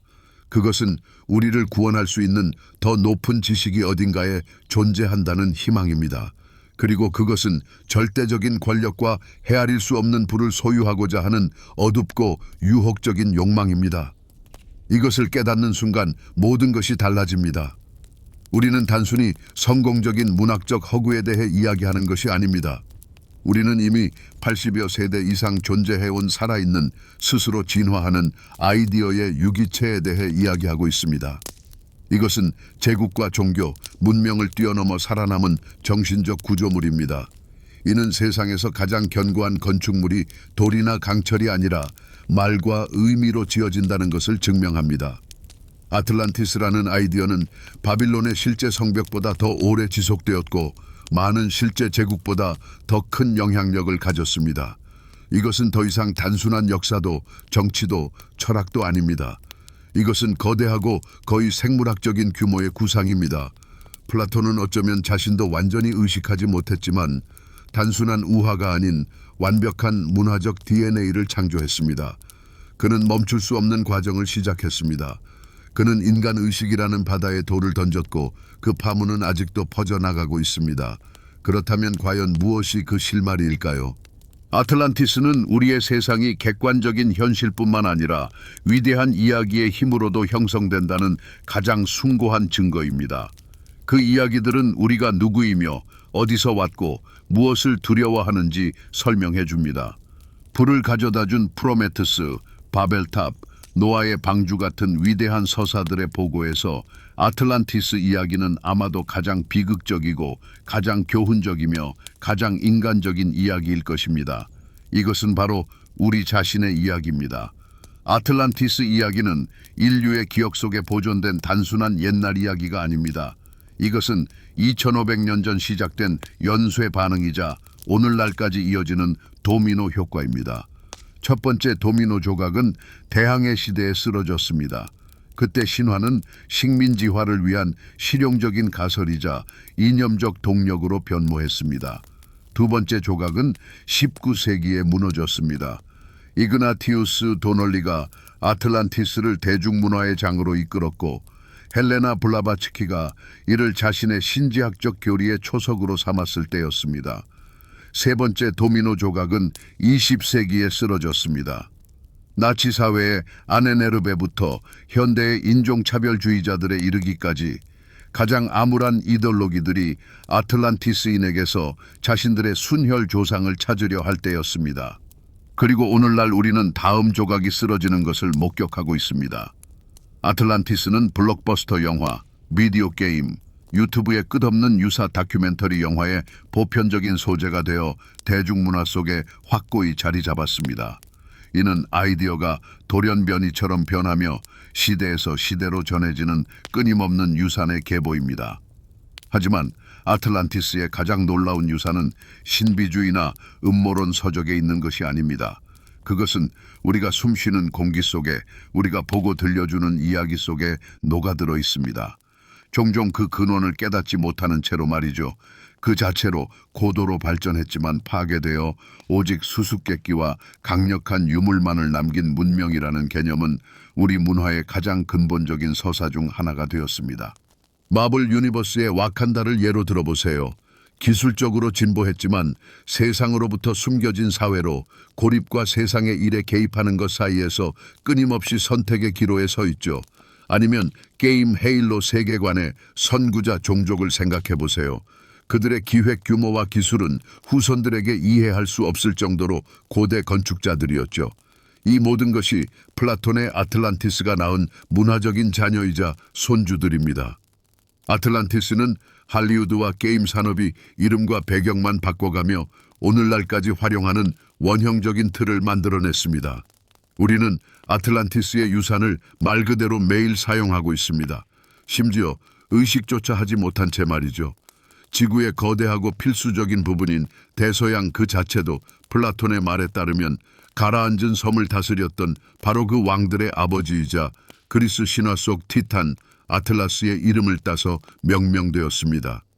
지혜나 구원을 얻기 위해 찾아야 할 잃어버린 낙원이나 황금시대라는 개념은 아틀란티스 신화가 발명한 것은 아니지만 이를 여러 번 강화하고 엄청나게 대중화시킨 강력한 문화적 장치입니다. 피라미드를 건설한 고대 우주 비행사에 대한 현대 이론조차도 본질적으로는 미개한 사람들에게 문명의 빛을 가져다준 강력한 아틀란티스인에 대한 오래된 생각과 다르지 않습니다. 단지 우주복으로 옷만 갈아입었을 뿐이죠. 자, 이제 가장 중요한 거의 불길한 역설에 다다랐습니다. 잠시 그 기원으로 돌아가 볼까요? 아틀란티스는 플라톤에게 무엇이었을까요? 그것은 경고였습니다. 한없는 오만, 제국주의적 야망, 그리고 탐욕이 어떻게 문명을 도덕적 타락과 물리적 파멸로 이끄는지에 대한 공포 이야기였죠. 그것은 미화된 고대 아테네처럼 절제, 정의, 조화롭지만 작은 국가에 대한 찬가였습니다. 아틀란티스는 이 철학적 드라마에서 부정적인 본보기이자 반영웅, 악당의 역할을 했습니다. 그런데 이제 그 유산이 시간이 지나면서 어떻게 변질되었는지 봅시다. 완전히 정반대가 되어버렸습니다. 제국주의에 대한 경고는 식민지 정복 시대의 그 이념적 기치가 되었습니다. 인종적 오만의 해악에 대한 이야기는 아틀란티스인에게서 자신들의 아리아인 조상을 찾던 거만한 인종차별 이론의 토대가 되었습니다. 물질적 부의 파괴성에 대한 철학적 비유는 전 세계 탐욕스러운 모험가들에게 문자 그대로 보물지도가 되어버렸습니다. 끔찍한 왜곡이 발생했습니다.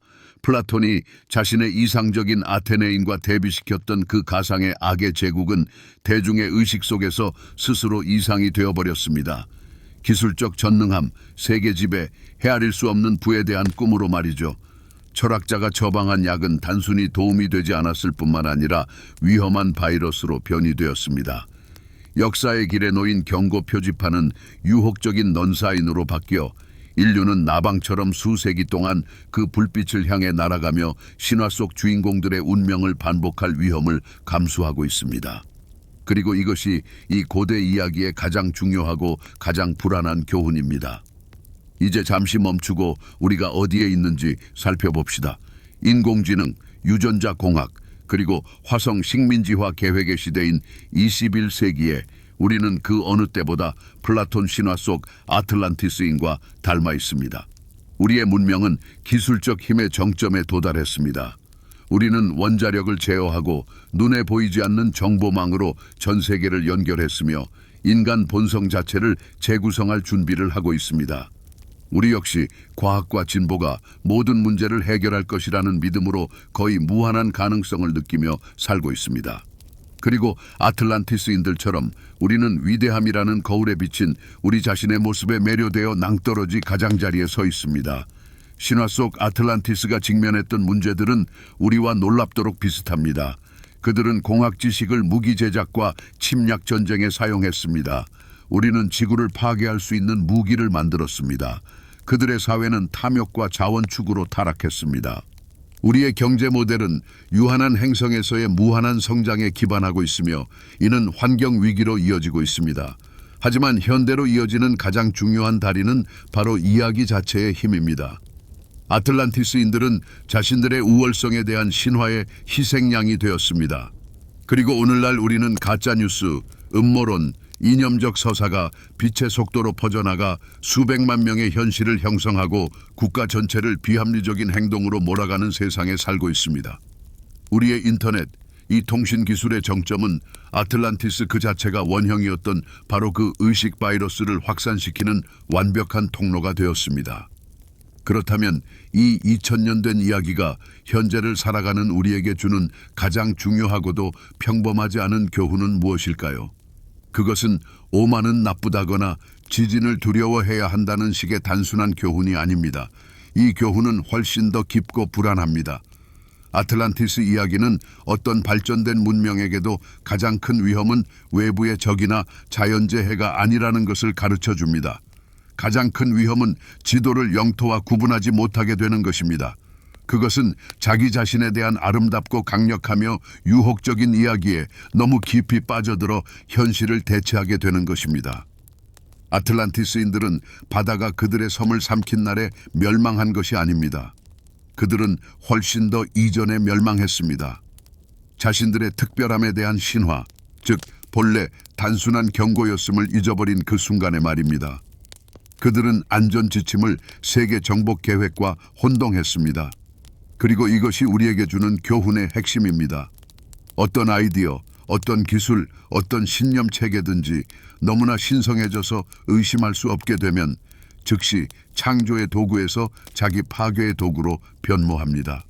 따라서 아틀란티스 이야기는 예언이 아닙니다. 그것은 진단입니다. 영원한 인간의 질병에 대한 진단입니다. 힘을 지혜로, 기술 발전을 영적 진보로, 아름답고 설득력 있는 이야기를 최종적인 진실로 받아들이는 우리의 경향에 대한 진단입니다. 이것은 정신의 위대한 업적이 영혼의 가장 어두운 본능에 어떻게 쉽게 봉사하게 되는지에 대한 이야기입니다. 그리고 신화 속 아틀란티스인들의 운명을 피할 수 있는 유일한 방법은 우리가 전능한 신처럼 보이기 시작하는 바로 그 거울들을 제때 깨부수는 법을 배우는 것입니다. 이는 우리 자신의 가장 소중하고 신성한 생각에 끊임없이 불편한 질문을 던지는 것을 의미합니다. 플라톤이 들려준 전설이 보여주듯이 자신이 단지 인간이라는 사실을 잊은 자는 자신이 일으킨 파도에 휩쓸릴 위험이 있기 때문입니다. 지금까지 우리는 아틀란티스에 대해 이야기했습니다. 하지만 플라톤의 이야기에는 두 번째 등장인물이 있었습니다. 전설에 따르면 홀로 강력한 제국을 막고 물리쳤다는 신화 속 고대 아테네입니다. 이 이야기에서 그들은 미덕과 용기의 화신인 영웅입니다. 하지만 이제 거의 불경스러운 사고 실험을 해봅시다. 잠시 동안 아틀란티스인이 되어봅시다. 희생자나 철학자의 눈이 아닌 위대한 아틀란티스의 제국 행정관, 장군 또는 기술자의 눈으로 이 갈등을 바라봅시다. 그러면 세상의 모습이 완전히 뒤바뀔 것입니다. 우선 아테네인들을 자유를 위한 투사라는 이미지를 완전히 해체해야 할 것입니다. 플라톤의 묘사에 따르면 고도로 발전하고 세계화된 기술 관료주의 제국이었던 아틀란티스의 관점에서 볼 때 이 고대 아테네는 용맹의 본보기가 아니라 야만과 비합리성의 온상입니다. 문명 세계의 가장자리에 있는 이해할 수 없고 고집스러우며 뒤떨어진 국가인 셈입니다. 아틀란티스 관료가 작성하는 보고서를 상상해보세요. 동부 국경, 헬라스 지역에 작고 경제적으로 미개발된 존재가 있습니다. 인구는 공격적이고 이상한 철학적 교리에 집착하며 발전과 우리의 세계 시스템으로의 경제 통합을 거부합니다.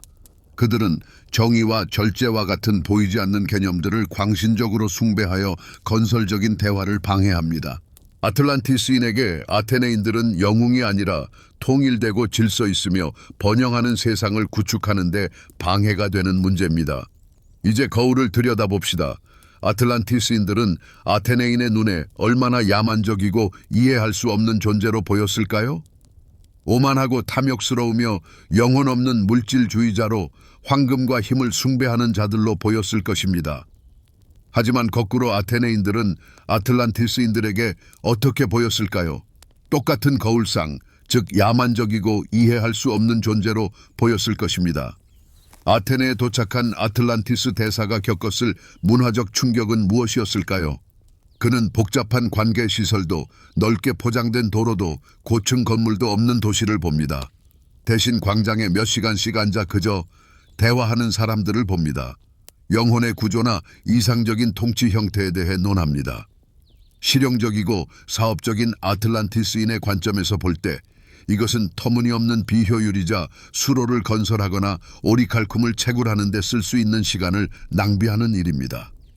자기 절제와 비물질적 진리 추구에 기반을 둔 아테네인의 삶의 방식 전체는 아틀란티스인에게는 퇴화와 약점의 징후로 보였을 것입니다. 그리고 여기서 우리는 예측 가능성의 비극에 다다릅니다. 아틀란티스는 엄청난 힘을 가졌음에도 불구하고 새로운 유형의 사고방식에는 전혀 대비가 되어 있지 않았습니다. 그들의 힘은 기술, 경제, 군사력에 있었습니다. 그들의 논리는 압도적인 우월성의 논리였습니다. 그들은 위협하거나 매수하거나 숫자로 압도할 수 있는 적들을 상대하는 데 익숙했습니다. 그들의 정치 및 군사기구는 예측 가능한 인간의 반응, 즉 두려움, 탐욕, 권력에 대한 열망을 계산하는 잘 정비된 기계였습니다. 그들은 세상이 어떻게 돌아가는지 알았습니다. 왜냐하면 그들이 세상의 규칙을 직접 만들었기 때문입니다. 하지만 갑자기 그들은 완전히 다른 규칙으로 플레이하는 적과 마주하게 되었습니다. 신화에 따르면 아테네인들은 죽음을 두려워하지 않았습니다. 삶보다 자유를 더 소중히 여겼기 때문입니다. 그들은 매수할 수 없었습니다. 부보다 명예를 더 소중히 여겼기 때문입니다.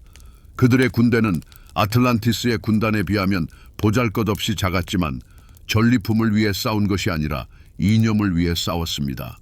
이것이야말로 제국이 전혀 대비하지 못했던 바로 그 비대칭적인 대응이었습니다. 그들의 강점이었던 질서, 정연함, 합리적인 계산, 그리고 물질적 우월성에 대한 맹신은 결국 그들의 가장 큰 약점이 되고 말았습니다. 마치 도시를 함락시키거나 매수하려 했던 것처럼 그들은 이념과도 싸우려 들었습니다. 파괴하거나 아니면 돈으로 사려 했죠. 그러나 이념은 불에 타 없어지지도 물에 잠겨 사라지지도 않습니다. 강력하고 예측 가능한 논리적인 시스템을 갖추었던 그들은 비합리적이고 예측 불가능하며 이념으로 가득 찬 존재와 마주하자 속수무책으로 무너져 내렸습니다. 그들은 마치 체스판 위에 모든 수를 꿰뚫어 본 그랜드마스터와 같았습니다. 하지만 갑자기 상대방이 모든 말을 쓸어버리고는 이제부터는 명예와 정의의 규칙에 따라 게임을 하겠다고 선언하는 격이었죠. 그러므로 이 신화를 다른 관점에서 바라본다면 우리는 단순히 선과 악의 대결 이야기가 아님을 알게 될 것입니다. 오히려 고도로 발전했으나 정신적으로는 한계가 명확했던 문명이 자신들의 이해 범위를 뛰어넘는 현상과 맞닥뜨린 비극을 보게 될 것입니다. 아틀란티스가 멸망한 것은 그들의 군사력이 약해서가 아니었습니다. 그들의 상상력이 너무나 빈약했기 때문입니다. 적을 이해하지 못했고 따라서 첫 전투가 시작되기도 전에 이미 패배가 예정되어 있었습니다. 우리는 플라톤을 흔히 이념과 조화를 초연하게 논하는 현명하고 백발의 노인으로만 생각하기 쉽습니다. 그러나 이러한 외면 뒤에는 비극적인 인물, 자신의 위대함에 대한 엄청난 대가를 치른 천재의 모습이 숨겨져 있습니다. 아틀란티스의 창조는 단순한 창의적 영감의 산물이 아니었습니다. 그것은 깊은 내면의 위기와 매우 복잡하고 도덕적으로 모호한 선택의 결과였습니다. 이는 이상주의자가 세상의 불완전함에 직면하여 그 결과를 예측할 수 없었던 절망적인 조치를 취하게 되는 이야기입니다. 플라톤이 감내해야 했던 핵심적인 도덕적 타협은 그의 인생에서 가장 큰 트라우마, 바로 소크라테스의 재판 살해에서 비롯되었습니다. 그는 선동가들에게 현혹된 군중이 가장 현명하고 정의로운 사람을 살해하는 것을 두 눈으로 직접 목도했습니다. 이 순간은 그에게 충격적인 깨달음으로 다가왔습니다. 즉, 단순한 대화로 표현되는 순수한 진실조차도 무지와 맹목적인 열정 앞에서는 무력하다는 사실이었습니다. 단순히 진실을 말하는 것만으로는 충분하지 않습니다. 세상을 바꾸려면 더 강력한 무기가 필요했습니다. 결국 플라톤은 자신의 모든 이후 철학을 규정하게 될 중대한 결정을 내립니다. 그는 고귀한 거짓말을 사용하기로 결심합니다. 형식적으로는 거짓이지만 그 내용에는 진실을 담고 있는 신화, 즉 허구를 말입니다. 아틀란티스는 바로 이 고귀한 거짓말이 가장 웅장하고 완벽하게 구현된 것입니다. 이는 최고의 선을 위한 의도적인 기만이었습니다. 이 선택은 그를 영원히 바꾸어 놓았습니다. 순수한 이성의 힘을 믿었던 젊은 이상주의자였던 그는 냉혹한 실용주의자로 스스로 영혼의 입법자가 되어버렸습니다. 그는 온 세상에 대한 책임의 짐을 짊어졌고 이 거대한 짐은 그를 고독하게 만들었습니다. 그가 서 있는 지적 올림푸스의 정상에는 동등한 대화 상대는 존재하지 않았고 오직 이끌어야 할 제자들만이 있을 뿐이었습니다. 그리고 그는 인류를 병든 아이처럼 대하기 시작합니다. 모든 진실을 말해줄 수는 없지만 달콤한 겉옷을 입힌 강력한 약을 주어야만 하는 존재로 말이죠. 그는 어떤 진실이 사회에 유용하고 어떤 것이 해로운지 스스로 판단하여 결정할 권리를 짊어진 일종의 지적 폭군이 됩니다. 위대한 목표를 위해 대중의 의식을 조작하려는 이러한 의지는 바로 그의 천재성이 지닌 어둡고 섬뜩한 면이라 할 수 있습니다. 그 타협의 결과는 어땠을까요? 참담하기 그지없었습니다. 그가 창조한 도구는 너무나 강력했습니다. 고귀한 거짓말이라는 메커니즘은 통제를 벗어나 전혀 고귀하지 못한 목적을 가진 사람들에게 장악되고 말았습니다. 플라톤은 사람들에게 절제를 가르치려 했지만 그의 신화는 탐욕을 정당화하는 데 사용되었습니다. 그는 제국주의적 오만을 경계하려 했지만 그의 신화는 가장 잔혹한 정복자들의 깃발처럼 휘둘러졌습니다. 그는 인종적 오만의 해악을 보여주려 했지만 그의 상상 속 아틀란티스인들은 최고의 인종의 조상으로 둔갑했습니다. 그가 사회를 치유하기 위해 만들었던 야근 수세기 동안 사회를 도구로 물들였습니다. 이것이 바로 플라톤 개인의 비극입니다. 그의 가장 위대한 창조물은 창조자에게 등을 돌려 완전히 상반되는 모습으로 변질되어 버린 것입니다. 그러나 이 거대한 프로젝트의 재단에 바쳐진 또 다른 희생이 있었습니다. 잘 알려지지 않은 희생 말입니다. 그 희생의 이름은 바로 소크라테스였습니다. 아테네인들에게 처형된 실제 소크라테스가 아닌 소크라테스적인 정신, 그의 가르침의 정신이었습니다. 소크라테스 방법론의 본질은 무엇이었을까요? 바로 냉혹한 회의주의였습니다. 끊임없는 질문, 모든 신화와 독단을 파괴하는 것이었습니다. 소크라테스는 결코 이야기를 들려주지 않았습니다. 그는 상대방 스스로 자신의 무지를 깨닫게 만드는 질문을 던졌습니다. 나는 내가 아무것도 모른다는 것을 안다. 이것이 그의 신조였습니다. 그런데 플라톤은 무엇을 했을까요? 그는 웅장하고 정교하게 다듬어졌으며 흔들림 없는 신화를 창조했습니다. 그는 정의란 무엇인가? 라고 묻지 않았습니다. 대신 그는 흥미로운 줄거리로 포장된 완결된 답을 제시했습니다. 그는 본질적으로 자신의 스승을 배신한 셈입니다. 소크라테스 자신이 아틀란티스 이야기에 어떻게 반응했을지 상상해 볼 수 있습니다. 그는 즉시 자신의 질문 공세를 시작했을 것입니다. 잠깐, 크리티아스, 당신은 사제들이 솔론에게 진실을 말했다는 것을 어떻게 아는가? 그리고 솔론이 모든 것을 정확히 이해하고 전달했다고 확신하는가? 이 이야기가 아름답고 교훈적이라는 것 외에 당신이 이 이야기를 믿는 근거는 무엇인가? 그는 몇 번의 질문으로 이 웅장한 구조가 얼마나 흔들리는지 보여주며 전부 무너뜨렸을 것입니다. 이처럼 플라톤은 아틀란티스를 창조하면서 자신의 가장 가까운 동지이자 스승을 희생시켰습니다. 그는 교육적 의도의 효율성을 위해 소크라테스 방법론의 순수성, 즉 끊임없는 질문을 통한 진리 탐구를 희생했습니다. 그는 사람들이 스스로 생각하게 만드는 것보다 위대한 이야기로 설득하는 것이 더 쉽다는 것을 깨달았던 것입니다. 이것이 그의 선택이었고 그의 비극이자 천재성의 대가였습니다.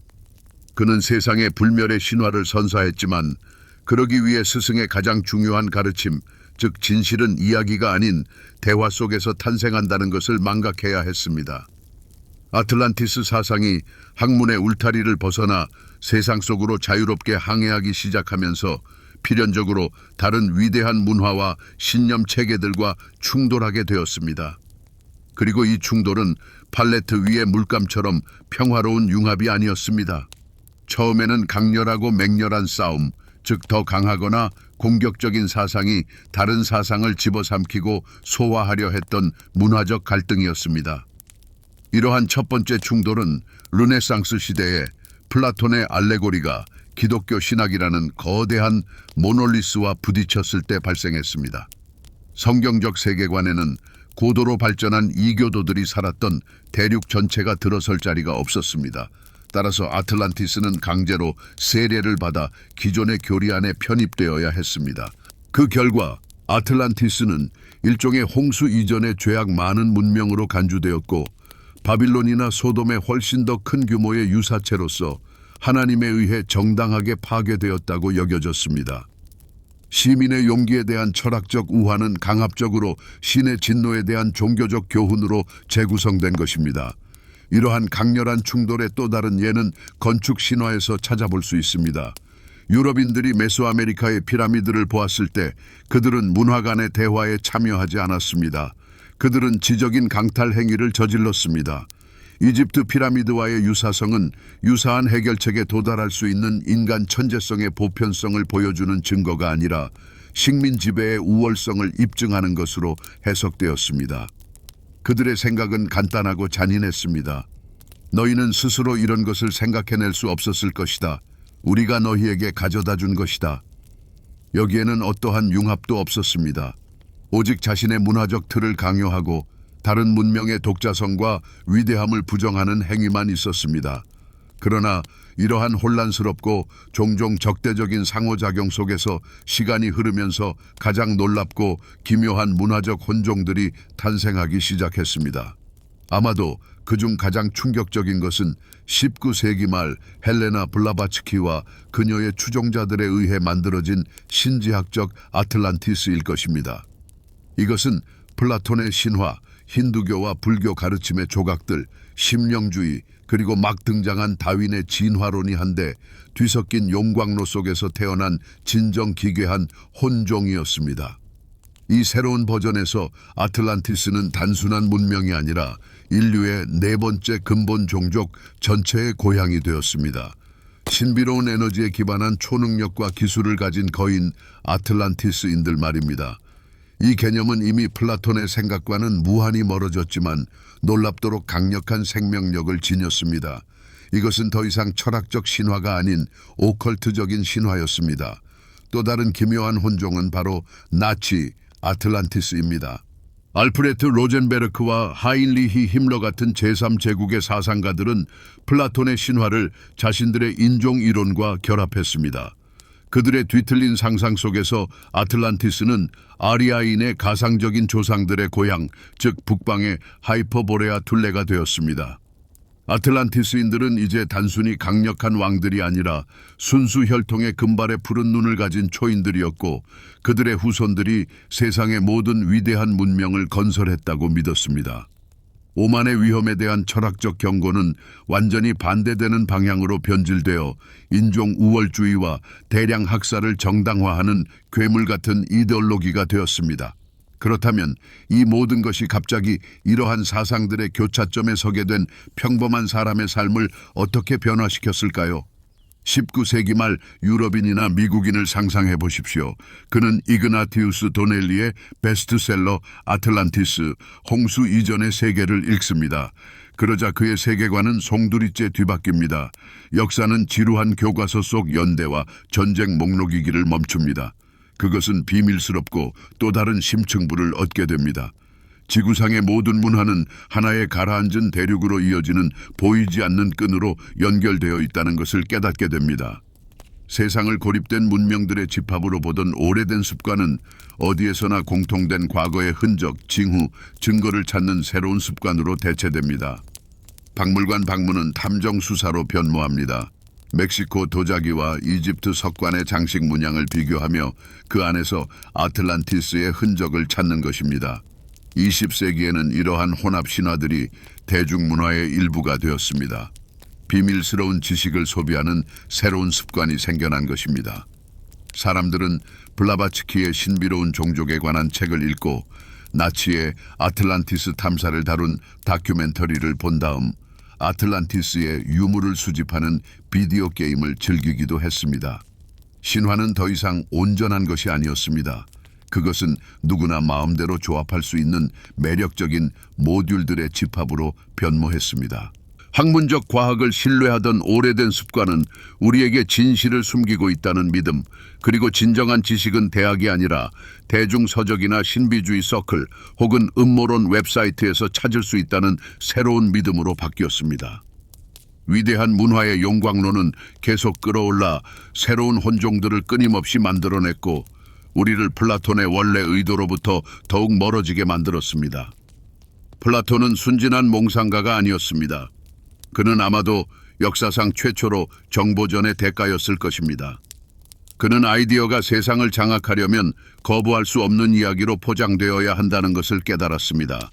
그는 오늘날 모든 성공적인 선전 캠페인의 기반이 되는 기술들을 사용하여 자신의 아틀란티스에 대한 대중적 이미지를 의도적이고 냉정하게 구축했습니다.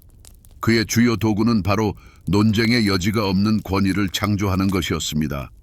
그는 결코 자신의 이름으로 말하지 않았습니다. 그는 이야기를 다른 사람들의 입을 빌려 전달하며 정보 전달의 황금 사슬을 만들어냈습니다. 이집트 사제들로부터 솔론에게, 솔론으로부터 그의 조상들에게, 그리고 그 후에야 이야기꾼 크리티아스에게로 이어지는 방식이었습니다. 이것은 철학적 허구를 지구상에서 가장 오래되고 현명한 출처로부터 얻은 마치 역사적 증거인 양보이게 만드는 천재적인 수였습니다. 그의 두 번째 기법은 사실로 압도하기였습니다. 그는 청취자에게 구체적이고 측정 가능한 세부 정보의 눈사태를 퍼부었습니다. 수로의 크기, 금속의 구성, 전차의 수, 정확한 군대의 구조, 심지어 생산되는 제품 목록까지 말입니다. 이러한 데이터의 흐름은 완전한 신뢰성의 환상을 만들어냈습니다. 그것은 의심할 여지나 공간을 남기지 않았습니다. 의식은 이것이 정말 있었던 일일까? 라는 질문 대신 오리 하르콘, 이건 청동 같은 건가? 저런 섬에 코끼리가 몇 마리나 살 수 있었을까? 와 같은 정보 처리로 바쁘게 돌아갔습니다. 그렇게 신화는 모호한 암시가 아니라 초현실적이고 거의 다큐멘터리에 가까운 묘사를 통해 만들어졌습니다. 플라톤은 단순히 이야기를 들려준 것이 아니라 청취자들의 상상 속에 주변 현실보다 더 현실적으로 느껴지는 하나의 세계 전체를 구축했던 것입니다. 하지만 선전이 있는 곳에는 늘 역선전 또한 생겨나기 마련이죠. 아틀란티스 신화에 대한 첫 공격은 플라톤에 가장 가까우면서도 가장 위험한 맞수, 바로 그의 제자 아리스토텔레스에게서 시작되었습니다. 그는 사실상 아틀란티스를 향한 최초의 흑색 선전 캠페인을 개시한 셈입니다. 아리스토텔레스는 면도날처럼 날카로운 논리적 사고로 그 모든 허구를 꿰뚫어 보았습니다. 그것이 역사적 사실이 아닌 문학적 장치임을 정확히 간파한 것이죠. 세상에 전해지는 그의 반박은 놀랍도록 간결하고도 우아했습니다. 이 이야기를 만들어낸 자가 직접 그 이야기를 수장시켰다. 이것은 단순한 회의론이 아니었습니다.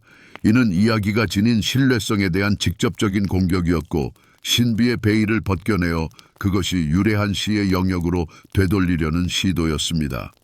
이러한 역선전의 흐름은 다른 고대 작가들에게로 이어졌습니다. 예를 들어 알려진 세계의 가장 정확한 지도를 만들려 했던 유명한 지리학자 스트라보는 아틀란티스에 대해 숨김없는 짜증을 드러냈습니다. 실용적인 학자였던 그에게 아틀란티스는 진지한 학문을 방해하는 정보 쓰레기이자 신화적인 걸림돌에 불과했습니다. 플라톤의 섬을 찾으려는 시도는 하데스의 왕국을 찾는 것만큼이나 터무니없는 일이라고 여겼죠. 그렇게 수백 년 동안 이 대립은 이어졌습니다. 한편에서는 매혹적이고 서사적인 전설이, 다른 한편에서는 임금님은 벌거벗었다는 사실과 섬이 허구임을 증명하려던 학자들의 차갑고 합리적인 회의론이 맞섰죠. 이 지점에서 우리는 모든 정보전의 가장 중요한 규칙에 도달합니다. 역사는 언제나 승자의 손으로 쓰인다는 것이죠. 그리고 인류의 마음을 사로잡는 이 전쟁에서 승리한 것은 아리스토텔레스의 냉철한 회의론이 아니라 플라톤의 매혹적인 신화였습니다. 왜 그랬을까요? 좋은 이야기는 언제나 지루한 사실보다 강력하기 때문입니다. 학자들이 옹호했던 공식적인 패배한 버전은 이러했습니다. 아틀란티스는 폭정의 폐해를 다룬 복잡한 철학적 우화일 뿐이다. 이 버전은 옳았지만 사람들의 상상력을 자극하지 못했습니다. 반면 승리한 버전, 즉 대중에게 퍼진 이야기는 이랬습니다. 헤아릴 수 없는 보물을 가진 위대한 제국이 존재했고 그곳은 아직도 발견될 수 있다. 하나의 사건을 예로 들어봅시다. 바로 아메리카 대륙의 발견입니다. 패배한 학술적 관점에서 볼 때 이는 플라톤과 전혀 관련이 없었습니다. 하지만 승리한 대중적 관점에서 보면 이것은 결정적인 증거가 되었죠. 피라미드, 달력, 잉카의 도로, 이 모든 것이 즉시 아틀란티스인의 유산으로 선포되었습니다. 플라톤이 쓴 공식 버전, 즉 아테네와 아틀란티스의 전쟁 이야기는 승자들에 의해 완전히 새로 쓰였습니다. 이제 그것은 아틀란티스인들이 아메리카를 식민지화했다는 이야기로 바뀌었죠. 텍스트는 그대로였지만 그것을 읽는 방식은 새로운 시대의 요구에 맞춰 근본적으로 달라졌습니다.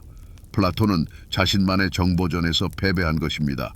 그의 섬세한 철학적 메시지는 조악하지만 황금과 모험으로 가득한 잃어버린 세계에 대한 엄청나게 매력적인 전설 아래 묻히고 말았죠. 아메리카 대륙의 발견이 아틀란티스라는 개념이 돌이킬 수 없이 왜곡된 첫 번째 순간이었다면 두 번째이자 어쩌면 마지막 되돌릴 수 없는 지점은 19세기 말에 찾아왔습니다. 그때는 거대한 격변의 시대였습니다. 산업혁명, 낡은 제국의 몰락, 식민주의의 번성, 그리고 무엇보다도 종교적 세계관에 치명적인 타격을 입힌 다윈의 진화론 출현이 있었죠.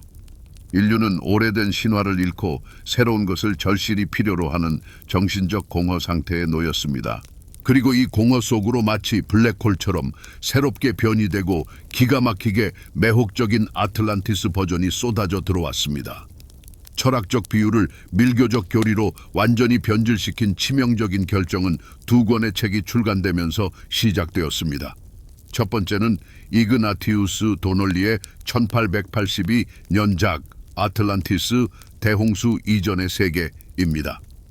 미국의 국회의원이자 아마추어 작가였던 도널리는 진정한 혁명을 일으켰습니다. 그는 당시 알려진 구세계와 신세계 문화 간의 모든 유사점, 즉 피라미드부터 대홍수 신화에 이르기까지 모든 것을 한 권에 모아 그것들이 모두 하나의 공통된 원시 문명인 아틀란티스의 유산이라고 선언했습니다. 그의 책은 세계적인 베스트셀러가 되었고 그는 이 신화를 대중에게 돌려줌으로써 민주화했으며 학자들의 손에서 빼앗아 군중에게 넘겼습니다. 도널리 이후 아틀란티스는 논쟁의 대상이 아니라 믿음의 대상이 되었습니다. 철학적 교훈이라는 목적은 더 이상 수단을 정당화하지 못했고 흥미로운 이야기라는 수단 자체가 목적이 되어버렸습니다. 거의 동시에 1888년에 출간된 두 번째 책은 훨씬 더 깊은 타격을 주었습니다.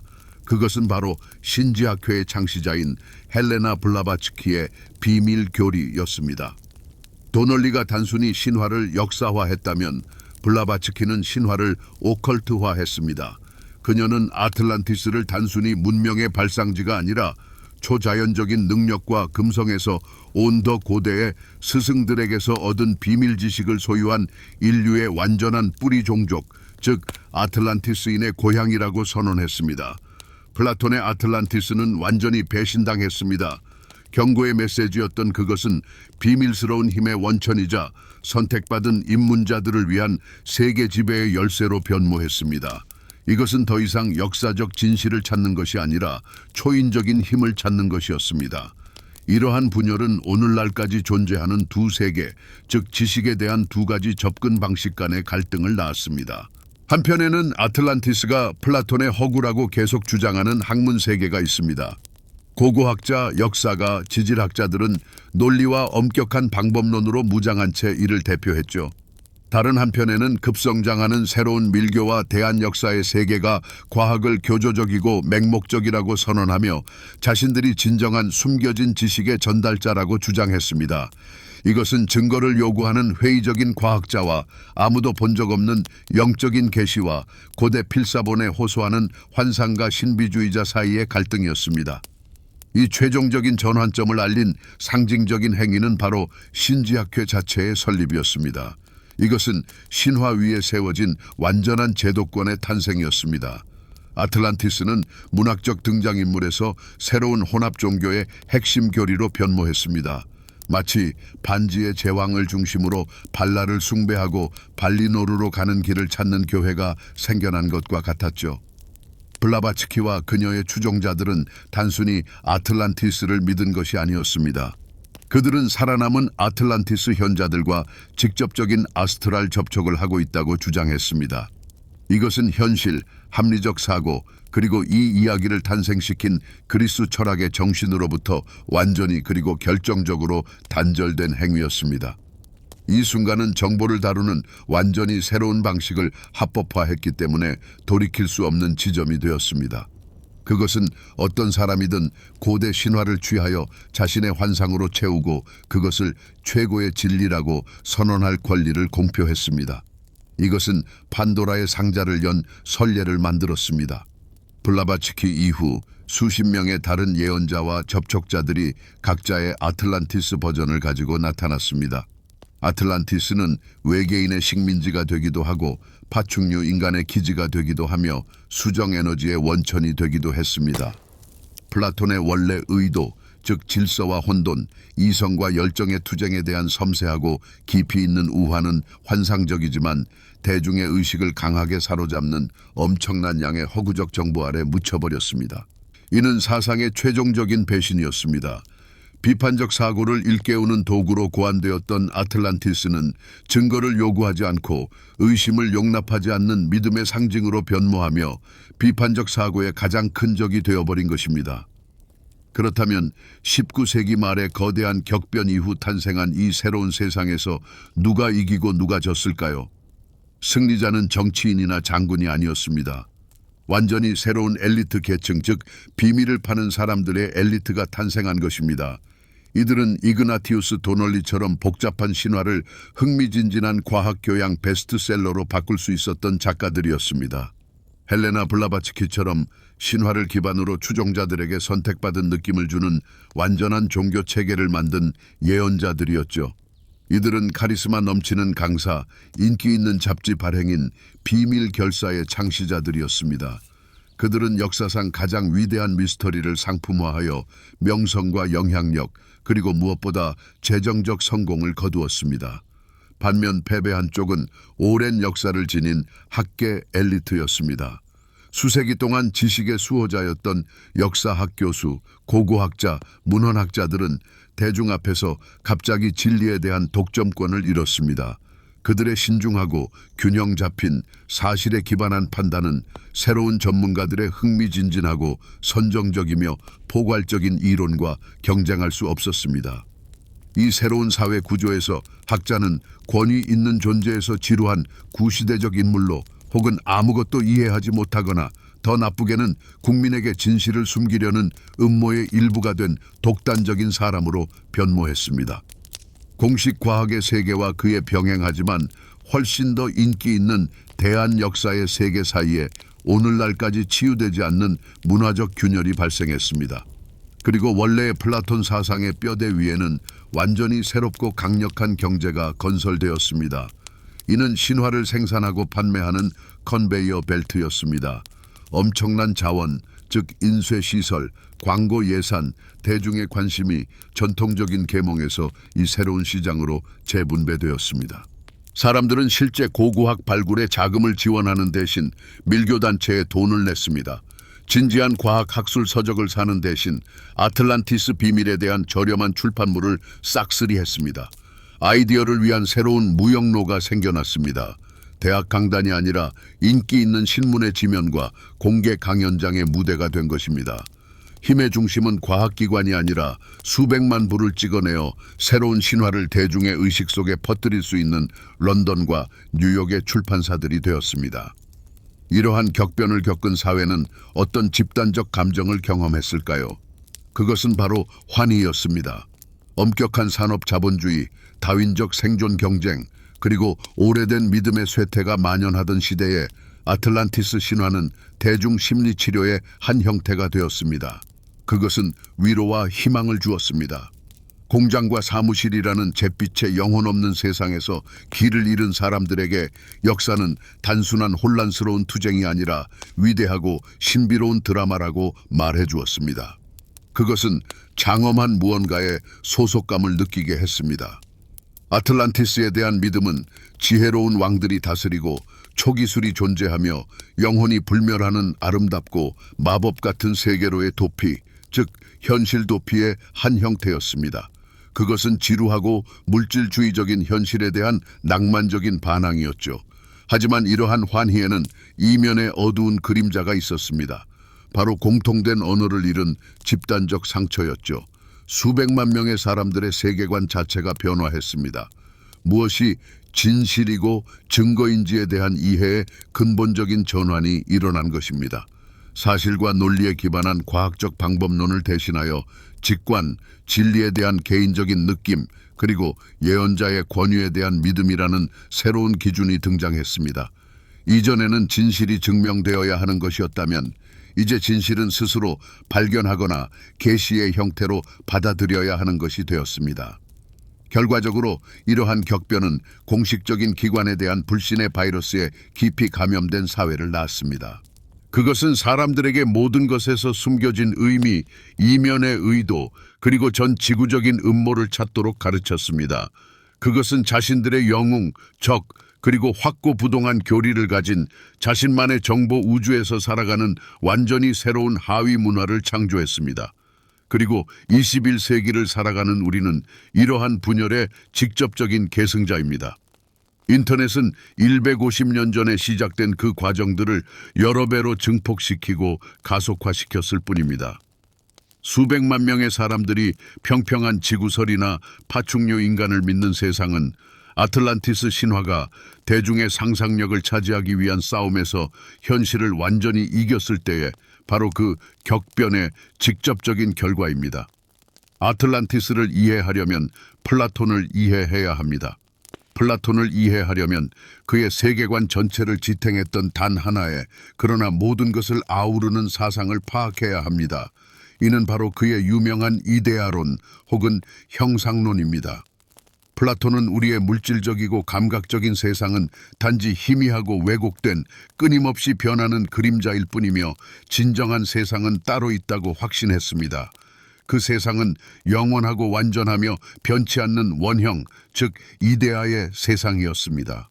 단순히 아름다운 사물들이 많은 것이 아니라 아름다움이라는 이데아가 존재합니다. 그저 정의로운 행동들이 있는 것이 아니라 정의라는 이데아 그 자체가 있습니다. 인간으로서 우리의 과제는 이 동굴 같은 그림자의 세상에서 벗어나 이성을 통해 진정한 실제의 빛나는 세상으로 나아가 그것을 관조하는 것입니다. 그리고 아틀란티스 이야기는 이 이론을 웅장하게 보여주는 하나의 거대한 비유입니다. 신화 속 고대 아테네는 이상적인 국가라는 이데아의 지상 구현체이며 아틀란티스는 부와 권력, 영토와 같은 그림자들을 쫓는 데 몰두한 물질 세상의 화신입니다. 이것은 단순히 두 군대의 충돌이 아니라 이데아의 세상과 사물들의 세상, 두 세계의 대결인 셈입니다. 그렇다면 플라톤 자신은 이 강력한 개념을 어디에서 얻었을까요? 그의 철학 전체를 움직인 지적인 원동력이자 말 그대로 회색 추기경과도 같았던 인물은 다름 아닌 그의 스승 소크라테스였습니다. 하지만 플라톤은 스승의 가르침을 단순히 반복하는 데 그치지 않고 근본적으로 변혁시켰습니다. 소크라테스는 위대한 파괴자였습니다. 그의 방법, 즉 유명한 변증법은 일련의 질문을 통해 상대방에게 자신의 신념이 얼마나 흔들리고 모순되는지를 보여주고 아포리아, 즉 지적인 막다른 골목에 이르게 하여 자신의 무지를 깨닫게 하는 데 목적이 있었습니다. 소크라테스는 잘못된 의견이라는 낡은 건물들을 허물고 털을 닦았습니다. 그러나 그는 새로운 건물을 위한 설계도를 제시하지는 않았습니다. 그의 임무는 정화에 있었지 창조에 있지 않았습니다. 스승의 죽음을 겪은 플라톤은 파괴만으로는 충분하지 않다는 것을 깨달았습니다. 소크라테스가 털을 닦아놓은 그곳에 무언가를 지어야 했습니다. 그래서 그는 소크라테스의 방법을 취했지만 다른 방향으로 이끌었습니다. 만약 소크라테스의 대화가 자신의 무지를 깨닫게 하는 아래를 향했다면 플라톤의 대화는 위를 향해 영원한 이데아를 인식하게 했습니다. 이러한 건설을 위해 그에게는 소크라테스에게는 없었던 완전히 새로운 도구가 필요했는데 그것이 바로 신화였습니다. 신화는 단순히 논리적으로 증명하는 것을 넘어 감성적으로 보여주고 설득할 수 있는 힘을 지녔습니다. 아틀란티스는 플라톤의 주요 건축 재료이자 강력한 농어가 되었습니다. 이는 거짓을 파괴하기보다는 순수한 철학에 다다를 수 없었던 이들의 마음속에 진리를 확고히 심어주기 위한 것이었습니다. 하지만 이 새로운 지적인 무기는 누구를 향한 것이었을까요? 플라톤에게 있어 전장은 정치뿐만 아니라 철학이기도 했습니다. 그의 주요 적수는 폭정이나 준구 정치가 아니라 하나의 거대한 철학 사조인 소피스트들이었습니다. 소피스트들은 젊은이들에게 수사학, 즉 대중을 설득하고 재판에서 논쟁을 이기는 기술을 가르쳤던 직업적인 지혜의 교사들이었습니다. 그들의 신조는 프로타고라스의 유명한 말, 인간은 만물의 척도다라는 문구에 잘 드러나 있습니다. 그들에게는 절대적인 진리나 절대적인 정의란 존재하지 않았습니다. 진리란 다른 이들을 설득하는 데 성공한 것이었고 정의란 강자에게 유리한 것이었습니다. 그들의 철학은 상대주의, 실용주의, 그리고 수단과 방법을 가리지 않는 성공지상주의의 철학이었습니다. 영원하고 흔들림 없는 이데아의 세상을 믿었던 플라톤에게 소피스트들의 가르침은 단순히 잘못된 것이 아니었습니다. 그것은 인간의 영혼과 국가의 근간을 좀먹는 치명적인 질병이었습니다. 그의 모든 철학은 소피스트 사상에 대한 전면전이었습니다. 그리고 이 전쟁에서 아틀란티스 이야기는 그의 가장 강력한 무기가 되었습니다. 이 관점에서 아틀란티스를 본다면 그것은 무엇을 의미할까요? 바로 이상적인 소피스트적 국가였습니다. 그 문명은 소피스트들이 가르쳤던 것, 즉 힘과 부, 기술적 우월성과 타인에게 자신의 뜻을 관철시키는 능력을 최고의 가치로 삼았습니다. 이처럼 플라톤과 소피스트들 사이의 사상 논쟁은 단순히 학문적인 토론에 그치지 않고 아테네의 실제 정치와 문화를 좌우했습니다. 그리고 아틀란티스 전설은 이 논쟁의 절정이 되었습니다. 그것은 단순한 이야기가 아니라 당신들 소피스트들은 정의가 강자의 이익이라고 주장하는가? 좋다. 여기 절대적인 힘을 가진 아틀란티스를 보라. 그리고 그것이 어떻게 도덕적 타락과 멸망에 이르렀는지 보라. 반면에 나의 정의 이데아 위에 세워진 고대 아테네라는 국가를 보라. 그것은 약했지만 승리했다. 이것이야말로 증명해야 할 것이었다. 라고 말하는 광범위한 철학적 논증이었습니다. 아틀란티스는 단순히 가상의 섬이 아닙니다. 그것은 소피스트 철학의 무덤 위에 세워진 기념비인 것입니다. 기원전 347년 플라톤의 죽음은 그의 위대한 지적 체계의 엔트로피 과정을 촉발시킨 조용하고 눈에 띄지 않는 충격이었습니다. 창조자가 살아있는 동안에는 그의 막대한 권위와 천재성이 마치 지휘자가 오케스트라의 100여 개 악기를 조화롭게 이끌듯이 복잡한 전체 구조를 균형 있게 유지했습니다. 그는 잘못된 것을 바로잡고 방향을 제시하고 명확히 하고 길을 잃은 제자들을 원래의 구상으로 되돌릴 수 있었습니다. 그러나 지휘자가 무대를 떠나자 오케스트라는 침묵하지 않았습니다. 계속 연주했지만 이제 각 연주자는 자기 마음대로 연주하며 더 시끄럽고 더 단순하고 더 틀리게 연주했습니다. 위대한 이데아의 교향곡은 의견들의 불협화음으로 해체되기 시작했습니다. 이 시스템은 어떤 경쟁 철학 학파와 같은 외부의 적에 의해 파괴되지 않았습니다. 그것은 과도한 해석과 이해의 부족으로 인해 내부에서부터 스스로를 집어삼키며 죽어가고 있었습니다. 그의 죽음 직후 비록 대부분 은밀했지만 격렬한 유산 다툼이 시작되었습니다. 그리고 위대한 사상을 조각조각 찢어놓은 최초의 상속자들은 다름 아닌 그의 가장 가까운 제자들이었습니다. 아카데미는 플라톤의 조카인 스프시포스가 이끌었는데 그는 신비주의와 피타고라스의 수비학에 기울어져 가르침을 합리적인 분석에서 벗어나 독단적인 방향으로 이끌었습니다. 한편 제자들 중 가장 천재였던 아리스토텔레스는 아카데미를 떠나 자신의 학파인 리케이온을 세웠습니다. 그는 우리가 기억하듯이 처음부터 아틀란티스를 단지 허구로 여겼습니다. 이 첫 번째 분열은 치명적이었습니다. 그것은 플라톤의 유산에 대한 통일되고 보편적인 이해가 더 이상 존재하지 않음을 보여주었습니다. 이데아의 사유화가 시작된 것입니다. 그 다음은 더욱 심했습니다.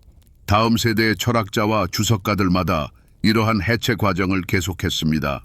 이미 로마 제국 시대에 살았던 신플라톤주의자들은 신화에서 신비적인 요소를 포착하여 아틀란티스를 영원히 물질 세계와 투쟁하는 상징으로 바꾸어 놓았습니다.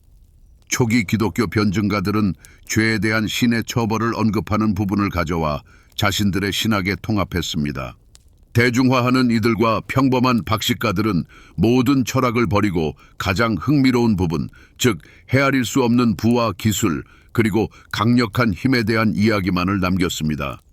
플라톤 사상의 위대하고 온전한 건물은 벽돌 하나하나 분해되었고 각자는 그 벽돌로 자신의 신념에 바치는 작고 편리한 예배당을 지었습니다. 이 과정을 상상해 보십시오. 한 상속자는 아틀란티스에서 중요한 것은 영혼의 윤회와 고대 종족에 대한 생각이다 라고 소리칩니다. 다른 이는 아니, 중요한 것은 세상이 물속에서 멸망할 것이라는 예언이다 라고 반박합니다. 세 번째 사람은 손을 비비며 두 분 다 틀렸소. 중요한 것은 보물이 숨겨진 위치에 대한 단서요 라고 속삭입니다. 하나였던 복잡하고 다층적인 비유는 구호로 찢겨 나갔습니다. 각자는 자신에게 더 이해하기 쉽고 유리한 조각을 가져갔습니다. 섬세한 철학적 도구는 거친 몽둥이로 변했고 각자는 자신의 이익을 위해 휘둘렀습니다. 그리고 이러한 의견의 혼란 속에서 진정한 의도를 아직 기억하고 있던 이들의 조용한 목소리는 점차 희미해져 갔습니다. 진정한 이데아의 마지막 전승자를 상상해 봅시다. 가령 5세기경 알렉산드리아나 아테네 어딘가에 있던 옛 플라톤 학파의 마지막 무명의 철학자를 떠올려 봅시다. 그는 고대 세계가 무너지는 창밖을 바라보며 두루마리에 둘러싸인 자신의 서재에 앉아 있습니다. 그는 수많은 사람들이 새롭고 단순하며 맹렬한 신앙에 매료되는 것을 봅니다. 그는 얼마 안 되는 제자들에게 아틀란티스가 예언이나 보물 지도가 아니라 국가와 영혼의 본질에 대한 매우 복잡한 우화라고 설명하려 애씁니다. 그러나 아무도 그의 말에 귀 기울이지 않습니다. 그의 복잡하고 사색을 요하는 사상들은 모든 질문에 대한 빠르고 쉬운 답을 약속하는 설교자들과 신비주의자들의 함성 속에 묻혀버립니다. 그의 제자들은 뿔뿔이 흩어집니다. 귀중한 필사본이 보관된 서재는 광신도들에 의해 이교도 이단의 온상이라며 불타버립니다. 그리고 그는 아무도 모르게 죽음을 맞이하며 신화를 이해하는 진정한 독창적인 열쇠를 무덤 속으로 가져갑니다. 그의 죽음은 단순히 한 인간의 죽음이 아닙니다. 그것은 원래 모습 그대로의 이데아 그 자체의 상징적인 죽음입니다. 플라톤이 밝혔던 이성의 마지막 불꽃은 꺼져버렸습니다. 이로써 이 사상의 위대한 첫 번째 생애 주기는 끝이 났습니다. 한 사람의 천재가 창조한 시스템은 시간과 인간 본연의 시험을 견디지 못했습니다. 상속자들은 위대한 유산을 보존하고 발전시키기보다는 그것을 찢어발기고 알아볼 수 없게 왜곡했습니다. 웅장했던 철학적 대성당의 폐허에는 파편처럼 흩어졌지만 군중에게는 밝고 매력적인 조각들만이 남았고 이제 그 각각은 자신만의 독립적인 삶을 살게 될 것입니다. 위대한 사상의 시대는 끝났습니다. 위대한 망각의 시대가 시작된 것입니다. 로마 제국의 붕괴와 고대 문명의 종말 이후 아틀란티스라는 이데아는 압도적으로 많은 그리스 철학 사상들과 함께 거의 1000년에 가까운 긴 잠에 빠져들었습니다. 망각의 세기들이 도래한 것입니다. 이것은 단순한 흥미상실이 아니라 물리적이고 지적인 재앙이었습니다. 알렉산드리아 도서관과 같은 위대한 도서관들이 불탔고 값진 파피루스 두루마리들은 먼지로 변했습니다. 플라톤의 텍스트는 믿을 수 없을 정도로 희귀해졌습니다. 유럽 대부분은 단순히 그리스어를 읽는 법을 잊었습니다. 고대 지식의 살아남은 조각들은 오직 두 곳에만 보존되었습니다. 한 곳은 수도승들이 자신들도 이해하지 못하는 텍스트를 기계적으로 필사하던 고립된 수도원 필사실이었고, 그리고 가장 중요하게는 동양이었습니다. 황금기를 누리던 아랍 세계는 그리스 철학자들의 저술들을 번역하고 주석을 달고 보존했습니다. 그동안 유럽은 지적인 황무지로 빠져들었습니다. 아틀란티스는 가라앉은 섬에 대한 가라앉은 신화, 즉 이중의 망각으로 변해버린 셈입니다. 재발견의 순간은 15세기 이탈리아 르네상스의 요람인 피렌체에서 찾아왔습니다. 이 순간은 구체적인 이름과 주소를 가지고 있었습니다. 이름은 마르실리오 피치노, 천재적인 철학자이자 번역가였습니다. 주소는 그의 후원자이자 피렌체의 통치자였던 코시모 데 메디치가 그에게 선물한 카레지 빌라였습니다. 당대 가장 부유하고 영향력 있는 인물 중 하나였던 코시모는 플라톤 철학의 부활이라는 생각에 사로잡혀 있었습니다. 그는 플라톤의 대화편 전체가 담긴 귀한 그리스어 필사본을 구해 피치노에게 당시 유럽 학문의 보편어였던 라틴어로 모두 번역해달라고 의뢰했습니다. 이것은 역사 흐름을 바꾼 거대한 규모의 작업이었습니다. 피치노가 자신의 작업을 마치고 1484년에 최초의 완전한 라틴어 플라톤 번역본을 출간했을 때 그것은 마치 지적인 폭탄이 터진 듯한 효과를 냈습니다. 수세기 동안 신학과 스콜라 철학이라는 엄격한 식단에 길들여져 있던 유럽은 갑자기 완전히 새로운 사상의 세계에 접근하게 된 것입니다. 이것은 마치 우리가 오늘날 고도로 발달한 외계 문명의 온전한 도서관 전체를 발견하는 것과 같은 일이었습니다. 유럽의 인문주의자들은 이 텍스트들에 굶주린 듯 달려들었습니다. 그리고 영혼, 국가, 인식에 대한 철학적 논의 속에서 그들은 놀랍게도 재앙으로 멸망한 강력한 선사시대 제국에 대한 상세하고 흥미진진한 이야기를 발견했습니다. 아틀란티스는 망각의 시면에서 부활한 것입니다. 새로운 시대는 결코 옛 텍스트들을 동시대인들이 읽던 방식으로 읽지 않습니다. 그들은 항상 그 안에 자신만의 의미와 두려움, 희망을 불어넣습니다. 르네상스도 예외는 아니었습니다. 대항해 시대에 살았던 인문주의자들은 아틀란티스에 대한 이야기를 읽으면서 그것을 철학적 우화라기보다는 완전히 다른 무엇으로 보았습니다. 그들의 세계는 급속도로 확장되고 있었습니다. 콜럼버스는 막 대양 너머에서 돌아왔고 포르투갈인들은 인도로 가는 길을 개척하고 있었습니다. 지평선 너머에 미지의 땅과 문명이 존재할 수 있다는 생각 자체가 더 이상 환상이 아니라 현실이 되어가고 있었습니다. 바로 이 순간 그들의 손에 고문서 한 권이 들어옵니다. 그 문서에는 헤라클레스의 기둥 너머, 즉 대서양에 과거에 거대한 섬이 존재했고 그 섬이 다른 대륙으로 향하는 관문이었다고 명징하게 기록되어 있었습니다. 여기서 치명적인 오독이 발생한 것입니다. 플라톤의 추상적이고 신화적인 지리관은 실제적이며 막 발견된 세계 지도 위에 더 씌워졌습니다. 그리스인에게 세상의 끝을 비유하는 은유였던 것이 피렌체의 상인이든 스페인의 항해사이든 그들에게는 곧장 지시사항이자 거의 항해 지침서가 된 것입니다. 그리하여 아틀란티스는 두 번째 탄생에서 그 본질을 완전히 바꾸어 놓았습니다. 철학적 우화에서 역사적 수수께끼로 변모했고 경고에서 약속이 되었습니다. 르네상스 시대의 지식인들은 고대 지혜를 부활시키려 노력하면서도 자신들도 모르는 사이에 강력하고 비합리적인 진리를 세상에 풀어놓았습니다. 그들은 철학자 플라톤을 부활시키려 했으나 대신 가장 위험하고 매혹적인 그의 신화에 영원한 생명을 부여한 셈이 되었습니다.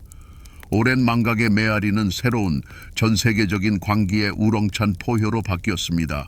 이 탐구의 아주 초기에 우리는 한 가지 역설에 직면했습니다. 어떻게 단 하나의 본질적으로는 철학자가 들려준 이야기가 2000년이 넘도록 지속되는 전 세계적인 광기를 낳았는가 하는 것입니다. 그리하여 수세기를 거쳐 이 거대한 여정을 완주한 우리는 이제야 비로소 원점으로 돌아와서 문제가 단순히 사라지지 않았을 뿐만 아니라 오히려 전면적인 것으로 변모했음을 발견합니다.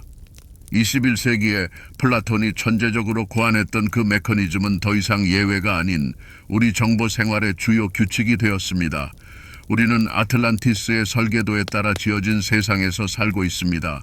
오늘날 수백만 명의 사람들은 단 하나의 섬이 아니라 수백 개의 가상의 섬들을 믿고 있습니다. 음모론, 가짜뉴스, 이념적 구성물들 말입니다. 이 새로운 아틀란티스들은 플라톤이 사용했던 바로 그 기술들을 통해 만들어지고 확산됩니다. 우리에게 숨겨져 있는 비밀스럽고 오래된 지식에 대한 호소, 거짓 사실과 증거의 홍수로 비판적 사고를 압도하는 방식, 그리고 무엇보다 가장 강력하고 심층적인 감정들, 즉 두려움, 증오, 그리고 자신만의 특별함이라는 느낌에 연결하는 것입니다. 플라톤은 자신의 고귀한 거짓말을 손수 만들어냈습니다.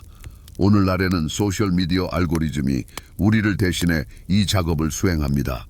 우리 각자를 위해 개인적이고 안락하며 절대 뚫을 수 없는 아틀란티스를 구축하면서 말입니다. 그 안에서 우리는 스스로가 옳고 안전하다고 느끼게 되죠. 바로 이 지점에서 우리는 이 모든 이야기의 핵심이자 풀 수 없는 역설이자 그 위대한 아이러니를 마주하게 됩니다. 가상의 위험에 대한 가장 위대한 이야기가 역사상 가장 위험하고 강력한 허구 자체가 되어버린 것입니다. 플라톤은 아틀란티스를 경고로 만들었습니다. 그는 이성에서 벗어나 열정에 탐닉하는 것이 어떤 결과를 초래하는지 보여주기 위해 지적인 재앙 시뮬레이터를 구축했던 것입니다. 그는 자상한 부모처럼 절벽 끝에 무서운 허수아비를 세워 아이들이 가까이 가지 못하도록 했습니다. 하지만 예기치 못한 일이 벌어졌습니다. 인류는 그 허수아비를 두려워하지 않았습니다. 오히려 사랑에 빠졌죠. 그들은 그것을 칭송하고 숭배하며 심지어 닮으려 애쓰기 시작했습니다. 우리는 아틀란티스에서 경고를 보는 대신 꿈을 보았습니다. 무한한 권력, 초월적인 기술, 그리고 세계 지배에 대한 꿈을 말입니다. 교만을 막는 예방주사가 되어야 했던 이야기가 오히려 가장 강력한 마약으로 변해버린 것입니다. 그리고 이것이 바로 그 이야기의 핵심이자 섬뜩한 교훈입니다. 아무리 계몽을 위해 창조된 천재적인 도구일지라도 인간의 손에서는 필연적으로 그 반대가 되어버린다는 것입니다. 우리는 이 생각이 아테네 아카데미의 정적 속에서 어떻게 탄생했는지, 대항해 시대에 어떻게 세상 밖으로 뛰쳐나왔는지, 신비주의자들과 이데올로그들의 손에서 어떻게 변질되었는지, 그리고 오늘날 우리의 모든 화면 속에서 어떻게 살아 숨쉬고 있는지 추적해 보았습니다. 이 여정은 단순히 가라앉은 섬을 찾는 것이 아니었습니다. 그것은 인류가 지금껏 만들어낸 가장 강력한 서사 코드를 해부하는 과정이었습니다. 이제 모든 카드가 드러난 지금 우리는 마지막 질문과 홀로 마주하게 됩니다. 그리고 이 2000년 주기를 바라보며 마지막이자 가장 중요한 질문이 떠오릅니다. 위대하고 모든 것을 설명하는 신화에 대한 우리의 끌림은 우리가 바꿀 수 없는 우리 의식의 타고난 속성이자 일종의 운영체제일까요? 아니면 21세기의 우리에게는 이러한 정신적 바이러스가 어떻게 작동하는지에 대한 지식으로 무장한 채로 설령 그 너머에 빛나는 이데아의 세계가 아닌 차갑고 복잡하며 단순한 답이 없는 현실이 기다리고 있을지라도 과연 이 플라톤의 동굴에서 벗어날 기회가 있을까요?